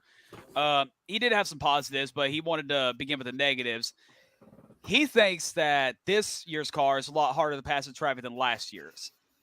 I was really shocked to hear him say that. I am not going to lie, because you guys know how the Gen 6 car raced, how difficult it was to pass. I mean, I cold-heartedly disagree with him on the mile-and-a-half tracks. The short tracks and the road courses, yes, but the mile-and-a-halves, I don't know why he would say that. I feel like he said that because it was a week after the Coke 600, where he got spun from second place after getting passed by Suarez for the lead, and the shock actually got messed up from that spin, from dragging on the apron. So that's why he couldn't make his way back to the front like I thought he was going to. I don't know if that's the reason why he said that, but yeah, I just find it hard to believe that he said that this car is a lot more difficult to pass. He actually does want to take the whole underside of the car off, like even the rear diffuser. And, Jacob and I talked about that, like for short tracks and road courses. I think that's going to make a difference. I would love to see it happen. And they already tested it at Martinsville. I don't know if you guys saw that. I think Mark makes a great point here. I don't think you can bitch about not being able to pass after starting in last place and like leading the race. That's a top tier point right there. I agree. I'm not going to argue that. I think it was Kyle just being upset that he lost. Well, I do want to, like, on Keith's comment, I am under the impression and understanding that Kyle is the one who chose to pit, because they gave out, and like they talked about it a lot. His team said Tennessee Titans, and everybody thought that meant 2 tires, and Kyle was like, no M&Ms, and then pitted. So I mean, well, that's even stupider. Again, it's very disappointed about the call. Last thing I'll say about this is that Kyle was a rocket on restarts the whole night. If you would have stayed out, you could have gave Chase Elliott a good fight on that final restart. Probably would have stayed side by side for a while. And listen, I'm not taking this win away from Chase Elliott. He had the best car at the end of it, like right when it mattered most. No way he was going to lose, but I'd much rather have Kyle stay out and fight for the win and get a better finish than he did. Of course, that's me. But we're finally going to finish it. Of course, Chase Elliott gets the second win of the season, first win at Nashville. But Jacob definitely wants to talk about this. I'm going to let him have the floor with this one. The caution that never got waived. So Brad Keselowski, I guess, had contact with Cole Custer, and Brad had a flat tire, and he was very slow around the track. I thought for sure a caution was coming out. Now, if you remember, on lap 36, I believe, Josh Bilicki was very slow on the track, still making his way around, but they waived the caution immediately for that. Same thing happened to Brad, but this time Brad was at a near stop on the backstretch, and no caution. I remember I was sitting right behind the flag stand. I was yelling at them to waive the caution, and a lot of fans around me were doing the same. So, Jacob, I know you want to talk about it, so have at it. Yeah. So, okay, I've sang this same old song plenty of times before. I'm not mad at Chase Elliott. Chase Elliott done nothing wrong in this situation. Of course not. Of course not. Yeah. It's NASCAR official calling. Brad never even made it back around. I don't know if you've seen it, but Brad was stopped pretty much in the grass on the backstretch when they come back around. My thing is they threw a caution for Bilicki, who was moving to pit road, and didn't throw it for Brad. I don't get it. I don't understand. Just do the right thing. Chase, by far, had the strongest car all night. He was – listen, if the caution did come out, he was not going to lose. No, he was going to win the race. He had the clean air. He was going to win the race. But the biggest thing is I just can't get over it. It's something. It's like we go a couple of weeks without controversy, and then all of a sudden we have controversy. Just call a fucking race, right? That's all I ask for. That's the only thing I want. There's no fault to Chase in this. Chase deserved to win the race. No. But unfortunately, they don't Can I- want to. Can anybody see me right now? Yeah, Yeah, I we got can. you. Okay, my screen. I'm not even on the stream right now. As far as the caution thing goes, and this isn't even me being biased, I can't like preface it enough. Excellent point here. NASCAR was just crucified a few weeks ago for having a caution that was meaningless, right? Yeah. Yeah. Chase was going to win the race, even if they did a caution or not. Why throw the caution? Also, just on this, Bob Pockris, very reputable source in the NASCAR industry, said, in his opinion, NASCAR didn't throw the caution because Brad kept moving after contact with the wall, and he was obeying directions to get below the apron, and they felt they could stay green. Bob's personal thoughts was good call, no obvious debris, and after Texas, my guess is they don't want to trigger near race end, or don't want a quick trigger near race end. I don't think there was anything wrong with not throwing the caution. The same crowd though that bitches every single time Chase is in the lead and is like they're not going to throw the caution unless Chase is in second. I don't know how many times I've seen a caution get thrown with Chase Elliott with a dominating lead at the end of a race. It has happened multiple times before. One that I could specifically think of, was it the Daytona road course where it was raining just in like one little area of the track and they threw the caution on him? Yeah. Oh, I think I agreed with you on that one. Yeah. Yeah, I mean, it's happened multiple times before. They did throw a caution with Chase Elliott with less than 10 laps to go. Because, I mean, we wouldn't have had the restart we had they not. The Golden Boy shit genuinely is annoying. Like, it is beating a mummified horse at this point. People hate Chase Elliott, and that's fine. The same way people hate Kyle Busch, the same way people hate Kevin Harvick, the same way people hate Kyle Larson. People bitch about people who win, right? I mean, you could look at Chase Elliott, and he is like the New England Patriots, right? As far as like popularity and polarization goes, you either like cheer your heart out when they win, or you hate it when they win. There's no in between. Nobody just shrugs their shoulders. The Yankees, the Astros, the Red Sox, like you're going to have that polarization. Basketball, wherever Kevin Durant's playing, or the Warriors, right? It's like you're either going to love it or hate it. There's no in between. I don't think that there was any reason to get bent out of shape for the way the race finished. So we talk after the Texas race, we all said, what the fuck? We all said NASCAR needs to do better and stop doing shit like this. And now that NASCAR stopped doing shit like this, now we're mad again. I don't think they stopped doing shit like this, though. I mean, what do we have to base it off of in between now and Texas? Literally this race, though. Yesterday's race was a complete example. I mean, there's certain calls that they will make.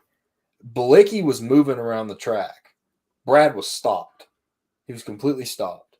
Throw the caution. Just throw the freaking caution. There's no consistency. If they would have thrown the caution when Brad was stopped, they would have immediately thrown the caution as soon as the contact happened.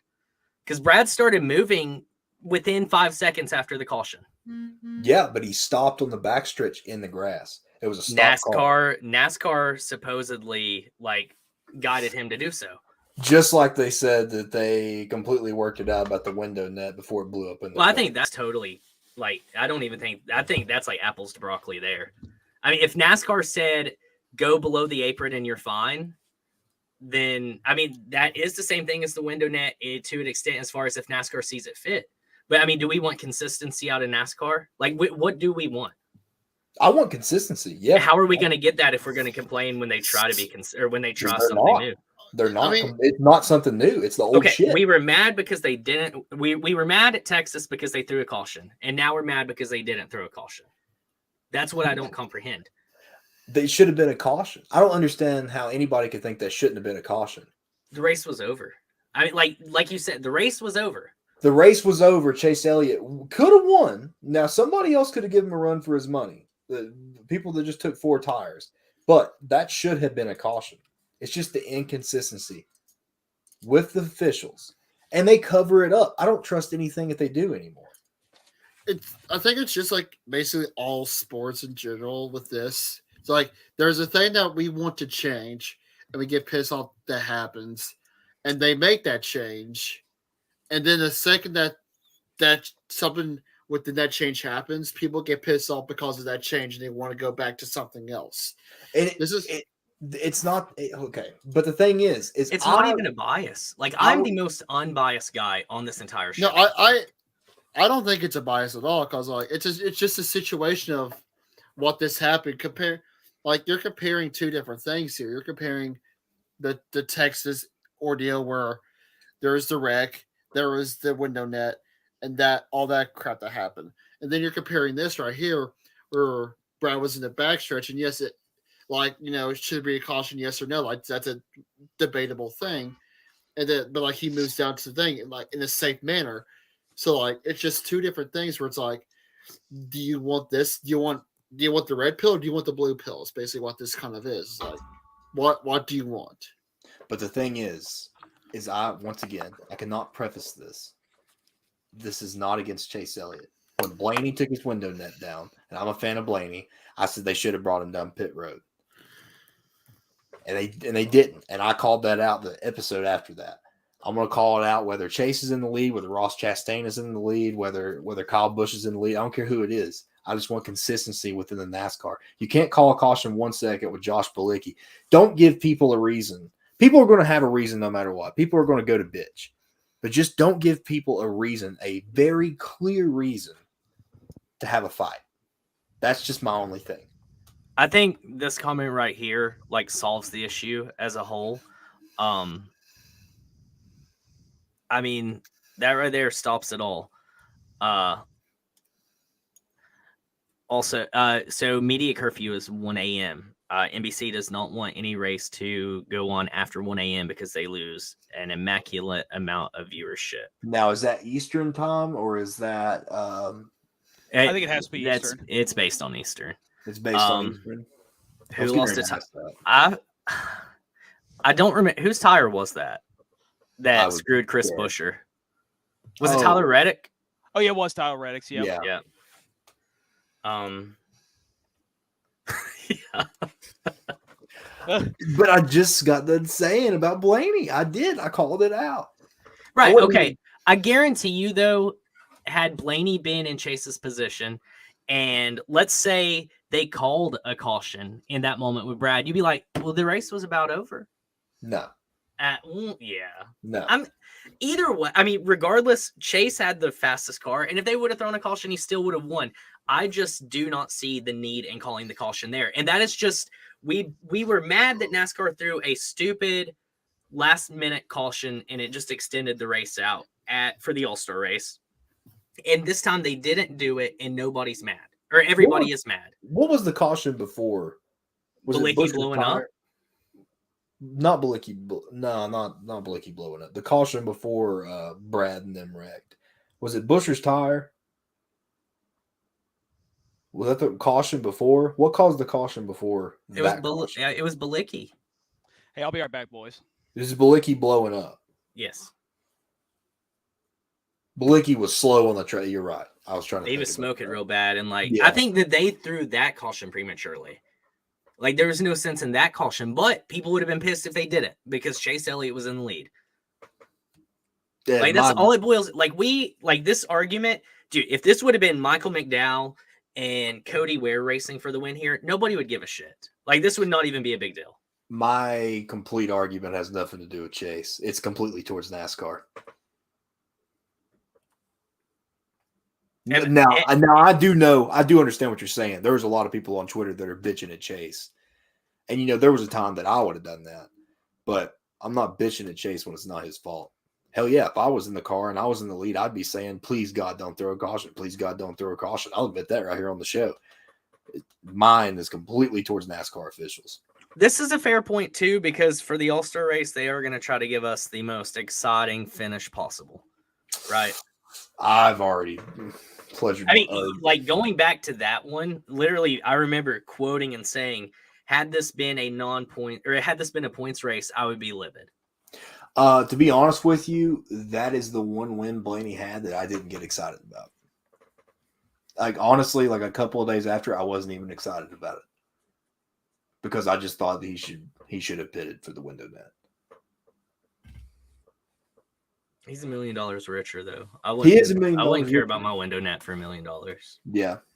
I think that, dude, it's just insane how polarized the sport is when Chase Elliott wins. Like, it is insane. It wasn't, and of course we didn't have social media in Dale Jr.'s heyday, but like it literally does not even remotely compare. Like the amount of just like whether you love Chase or hate Chase, the circle jerking on both sides of it is like just fucking insane to me. Oh, I'll agree there. Yeah, 100%. There's people like cussing out Chase Elliott because he won, and I don't get that. Like, if you're gonna be mad at anybody, like, of course Chase isn't going to win a caution. He's leading the freaking race. Yeah. Yeah, I mean, it is what it is. Like I said, guess what? Chase Elliott's still the points leader with 2 wins. He is. He did join the 2-win list. Yep, both are on oval. So, Yep. I mean, all the stuff that people love to – I mean, the only thing that's really holding on to it now is, like, NASCAR is going to rig the races for Chase Elliott. I wish they would rig them more because that shit genuinely never fucking happens. Like, we're talking about – he's only got, like, 17 career wins, and people act like NASCAR hands him a win every single week. What was it? Chase has got 2 wins. Ross has got 2 wins. Chase, Ross, Denny, Willie B, Joey. Joey has 2 wins, right? Joey has 1 win that counts, I think. Right? Nothing has 2. Joey has 2. He's got Darlington and Darlington and Gateway. Gateway. I forgot think- about Darlington. I think that's all the 2-win drivers. Like, so Denny, Ross, Bowman. Willie B, No, not but I meant Byron. I'm sorry. Byron. Here, let me look up real quick so I can make sure. NASCAR standings. So 2-win drivers are Chase, Ross, Joey, William Byron. Gotta scroll down. Denny Hamlin. That's it.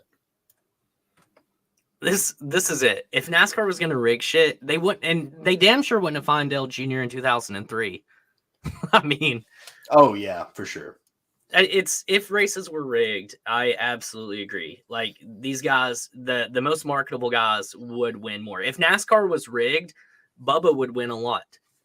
And I mean, that's just a prime example, right? The more marketable you are, the more you're going to win. Definitely go back and watch. I definitely stated that I didn't think he should have been the winner.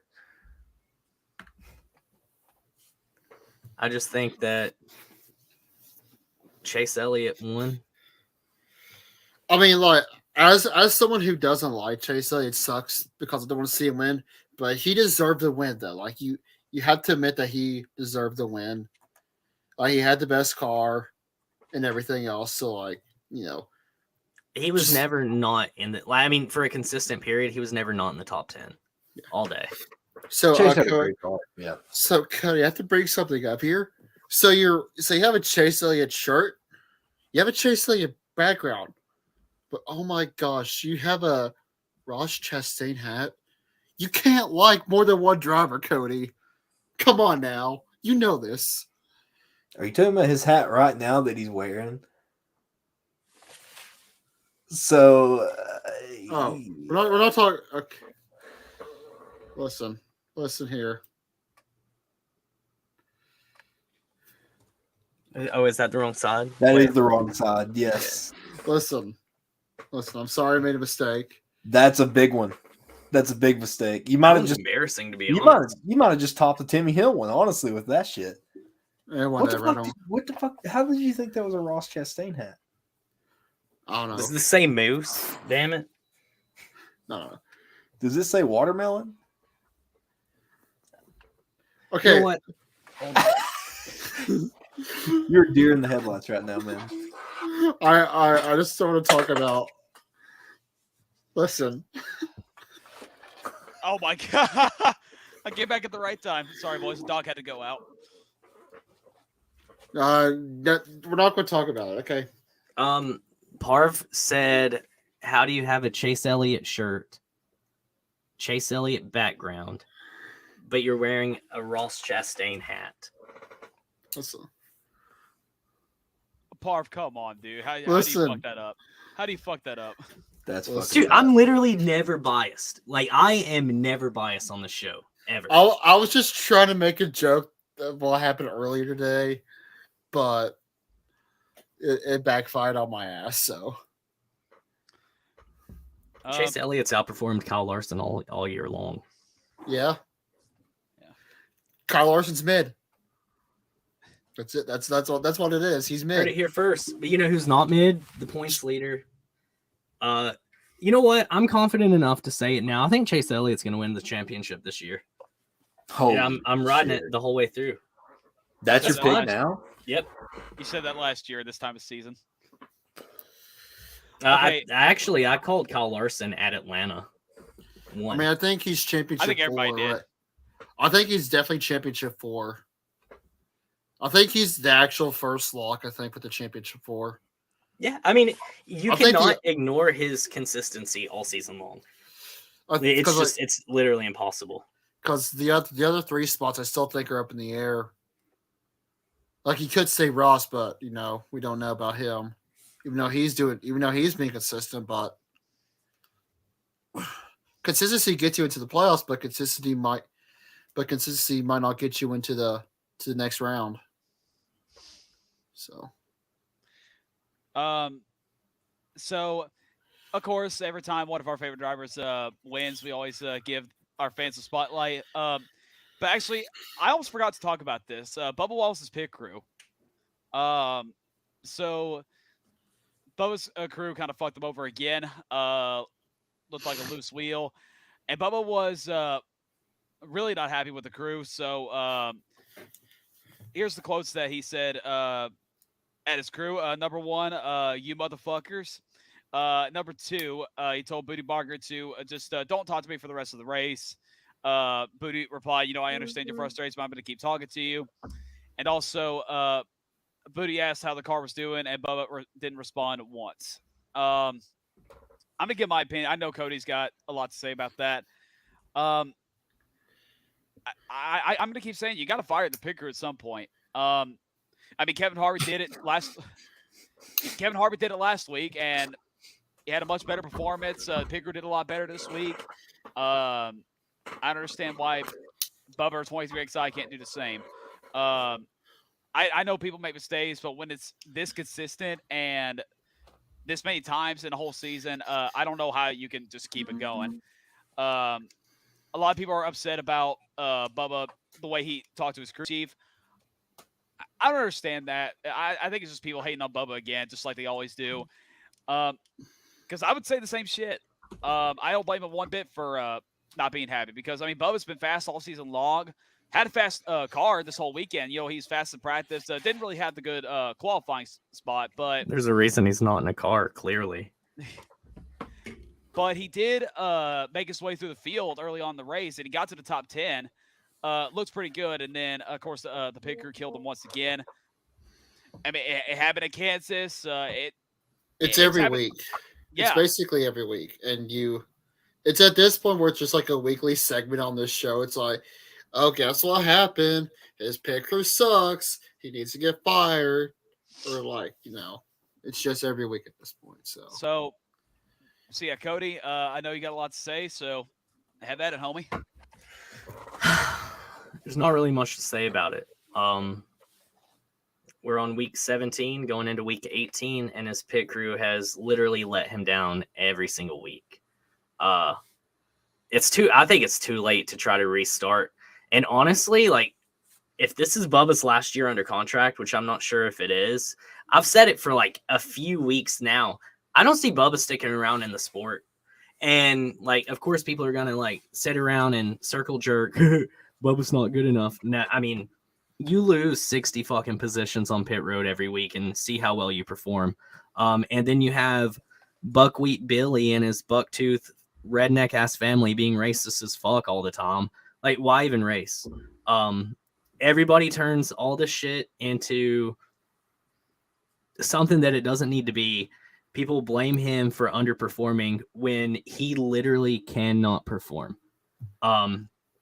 Every single week, he cannot perform because his team 7 times in 17 races, 7 times has had a loose wheel or lost a tire.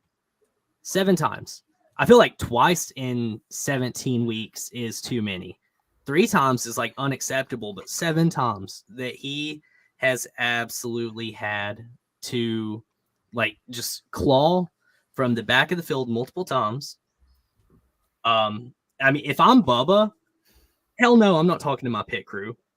I'm not talking to my crew chief. He radios in, and I love Booty. Booty is an incredible guy. Oh, who doesn't? Who He's doesn't? a great crew chief, but he is not being a very great crew chief right now because his crew is off in fucking Neverland. Dude, if I was Bubba, I would have parked that son of a bitch, honestly. Like, that's just how ill-tempered I am in that sense. If I was having a shit day, like, sponsors can get mad or whatever, but I mean, they're going to investigate why I'm so pissed. Somebody's got to do something.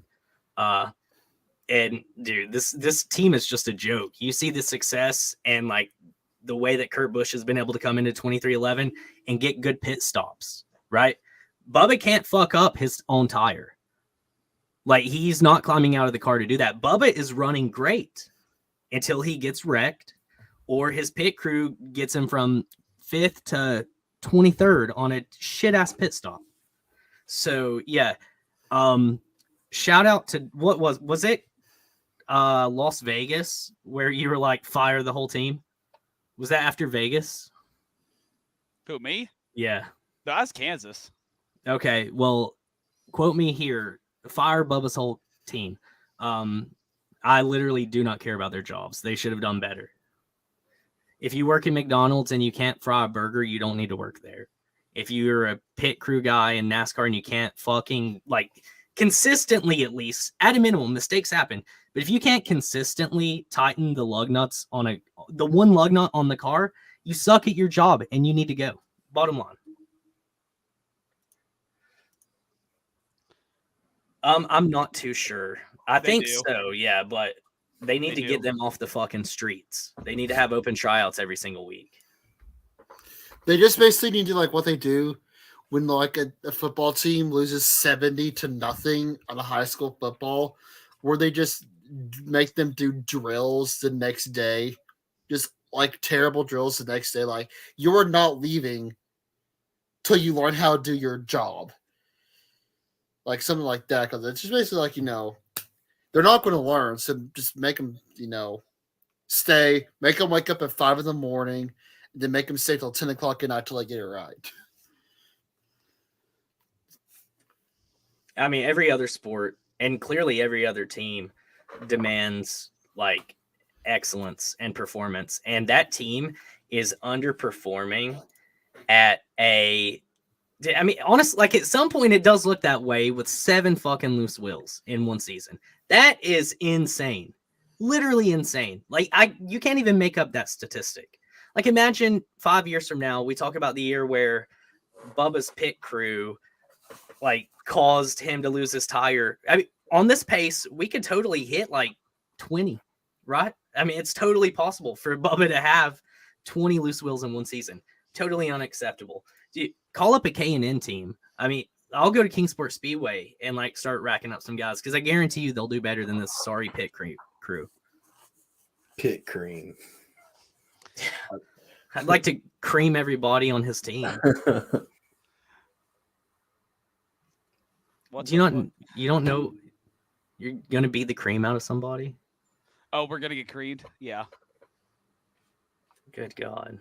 What did this podcast turn into? I don't know, some kinky shit. But yeah, Cody. Speaking of, Didn't get that taco smash last night. Didn't get to cream that taco last night. But Cody, you get the spotlight again. One of your favorite drivers won, so I thought I just got that. Yeah, he did it while he was gone. He did. Yeah. Yes. Sorry. I just called out all the dumb fuck ass people out there who, like, just hate winners and they've always got to bitch about something. Well, Me and Cody argued. What's new, though? I guess Chase Elliott is going to be the champion. Book it. Well, speaking of, Well, yeah. Road America. But yeah, looks like I didn't miss much while I was gone. The No. dog had to go Who is out. this guy? Play the know. Conor McGregor video. Who the fuck is this guy? Who the Who fuck the is fuck is this guy? this? But yeah, Road America boys got Xfinity and Cup this weekend. So who does everybody got? So I'm gonna go ahead because Cooper is MIA today. That, as you could tell, is that because he has not done like weird stuff to Dalton at all this whole entire episode. Love you, Cooper. But he has for the Xfinity series Kyle Larson. Oh, I forgot he's running. Who does everybody else have? I'm gonna go with the Dinger, AJ Allmendinger, to win because it's a road course. Just gotta go with the Dinger. Kyle Larson's running in the Xfinity Series? Yeah, the 88 or The JRM entry, I think. Nah. Miguel Paludo. what? Is in the 88? Yeah. Okay, then Hendrick is fielding theirs for it. Okay. Oh, The, yeah, the I 17 think car. the number 7, I think. 17. Oh, 17. Okay. I see it on here now. I was like, where is Kyle Larson? I'll go Water's next. not even wet.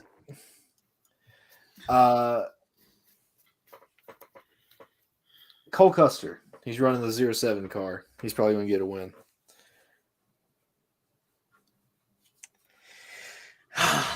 AJ Allmendinger. It's an obvious choice. I was going to pick him, but I just didn't want to. It's just Go ahead, Bart. it's just like it's either him or Ty Gibbs you go for when it's a road course. Depends on if Iwuji is behind him, man. Sure. Oh, shit. All right, Don, who you got? Yo, is this fucking Brad, bro? Is this Brad Brown? It's the Brad version of. It's like I fed his mom Cheetos last night, so I don't know what the deal is. oh, All right. I just want to make this clear to everybody. I'm not a Riley Hurst fan. I never will be, and I'm still not. But I am picking him to actually win this weekend. okay. I like that. GG. You're picking Herbst? I am. I never thought I'd see it today. Is it because but we talked about him earlier? I mean, well, like I said, no. I just think he's being a lot more consistent this year. Top 5s, lots of top 10s. I feel like a win might be coming sooner rather than later. So I'm still not a Riley Harris fan, by the way. It's So- kind of sounding like you're a little bit of a Riley Herbst fan. After I'm not. today. I'm not. I'm not. Fuck Monster Energy. So we got the Cup Series. Poor Raleigh. He'll get it one day. Probably not, but Cup. Yeah. So for Cooper, his underdog is Michael McDowell, top 5, and Cup is his main pick is Christopher Bell. Solid choices. I'll go next. No, wait, underdog. Cody. We're the champions here. We don't go. in Who the won middle. last week or this week? No you know? one won. No one won because we didn't make predictions for it. Oh yeah, that's a bye week. So yeah. So Jacob and Dalton have to go, then we go because we're the champions here. I'll gladly go first because I've had my picks for this exact race for months now. All right, underdog. I think no matter what, we're going to see a 2-time winner at this racetrack. It is not going to be a new winner at Road America. It's the first time I'm saying this year. It is going to be somebody's winning those times. My underdog is old Suarez. I think Suarez could pull another road course victory off. Seemed like they had a pretty strong car at Sonoma. Maybe they figured out the road courses themselves. There's Maybe lots of they'll use that same car. Yeah, and there's lots of elevation at Road America, which the same way at Sonoma. So you got to have a lot of horsepower and torque to get up those, up the hill. I think Suarez could bring a pretty fast piece. Now, the guy that I think is going to win, I've said this for so long, man. He's going to get a second win of the season. He's your Daytona 500 champion, Austin Cindric. Oh shit! It's not a bad pick. All right, Dalton. Okay. For my underdog, I guess he kind of counts for the Cup Series. I want my underdog to be AJ Allmendinger for this one. This is a little bit tough for the Cup Series race. I'm going to go with Tyler Reddick. I think he finally turns his bad luck around and gets his first career win at Road America. Vince Brent is banking on it, and I'm going to follow. Underdog for me, Chris Buescher, right off the bat. Has to be the underdog. As far as who wins, wherever you are, Wet Like Water 19, this one's for you. Chase Elliott's going to go back to back, dude. It's only a matter of time before Chase wins on the road. Why not carry a shit ton of momentum into Road America? Chase Elliott's going to walk away with 3 wins on the season. Book it. That's fair. So, yes. So, my underdog, I'll go with Christopher Bell as my underdog. Now, he's been doing good this season. He hasn't got a win yet, but he might get a win this week. But my winner for Road America, he's only get a second win. And this team has been kind of on the up this season. They've been performing really well, probably one of the best teams out there. And we're going to see another pinata being smashed because Daniel Suarez is going to win at Road America, baby. Wait, where's it at? I can't find his comment. Travis. Travis. There it is. Yeah. I mean, hey, Trackouts is doing really well this season. They're going to get their 4th win this season. I mean, being realistic, I feel like a Trackhouse victory is like well above like the percentage for it happening. Like that's definitely like a 75% chance that it's a Trackhouse win. I mean, Ross was my original pick to win, but he has no friends really on the track right now. So that's like the one thing that's like keeping him from getting more wins is just he has no friends besides basically Suarez. So. All right. Well, I guess before we end the show, does anybody got anything they want to add before we head on out the door? Chase Elliott won. Cry all you want. Buy Coltsies. There you go. That's Good good. plug. Good plug. Yeah, good plug. Actually, you know what? I got to post this hashtag real quick. Give me just 1 second. Hashtag Rowdy pays me for ads. Hashtag I'm holding out on the dough. Hashtag have y'all had grape yet? No, that's what I thought. Hashtag lime is best flavor, even though I haven't had it yet. Hashtag I actually work at Rowdy. Hashtag I fired every employee at Rowdy because grape wasn't good enough. Hashtag cherry limeade is secretly overrated. Pine candy's the best. I told y'all not to talk shit about Rowdy Energy, but we're not. Hey, moderator, can we ban that Wet Like Water guy because he just dropped a fucking slur in the chat? Wherever you're at, moderator. I'm not the moderator, but yeah, I agree. Yes, do that. Well, I'm supposed to have a YouTube moderator. I don't know where they're at though. Well, there it goes. Wait, doesn't she have COVID? Oh, she's fine now. No more. I keep hearing her cough in the background. I heard her cough in the background yesterday. But yeah, I think what's the hashtag? Okay, so it was send Dalton to Pocono, but let me be honest with you guys. Even if I do get selected, it's probably not going to happen. I'm announcing that I will have another nasal surgery late July after the Pocono race.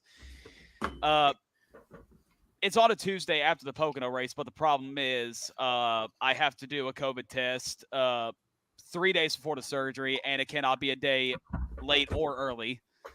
So I don't know if I'm going to get invited anyway. I mean, it is what it is. This surgery just needs to get done. It was either this date or on this past Thursday, which would have fucked me out of going to Nashville. So with that being said, instead of send Dalton to Pocono, we're going to do... Oh, shit, I didn't finish it. Fuck. Send Dalton good. Hashtag send Dalton good, everybody. Fuck. I don't know what the hell I'm doing. Okay, here we go. I fixed it. Send Dalton some Colties. I'm tired of these cheap ass piranhas from Walmart. Oh damn, Dalton! You didn't even get it anyway. They already picked Sammy. They picked another guy. Oh, did they? I think they picked like 6 or something, but I mean, I just can't comprehend a world where you are not the one who gets sent. Like that just doesn't make sense to me.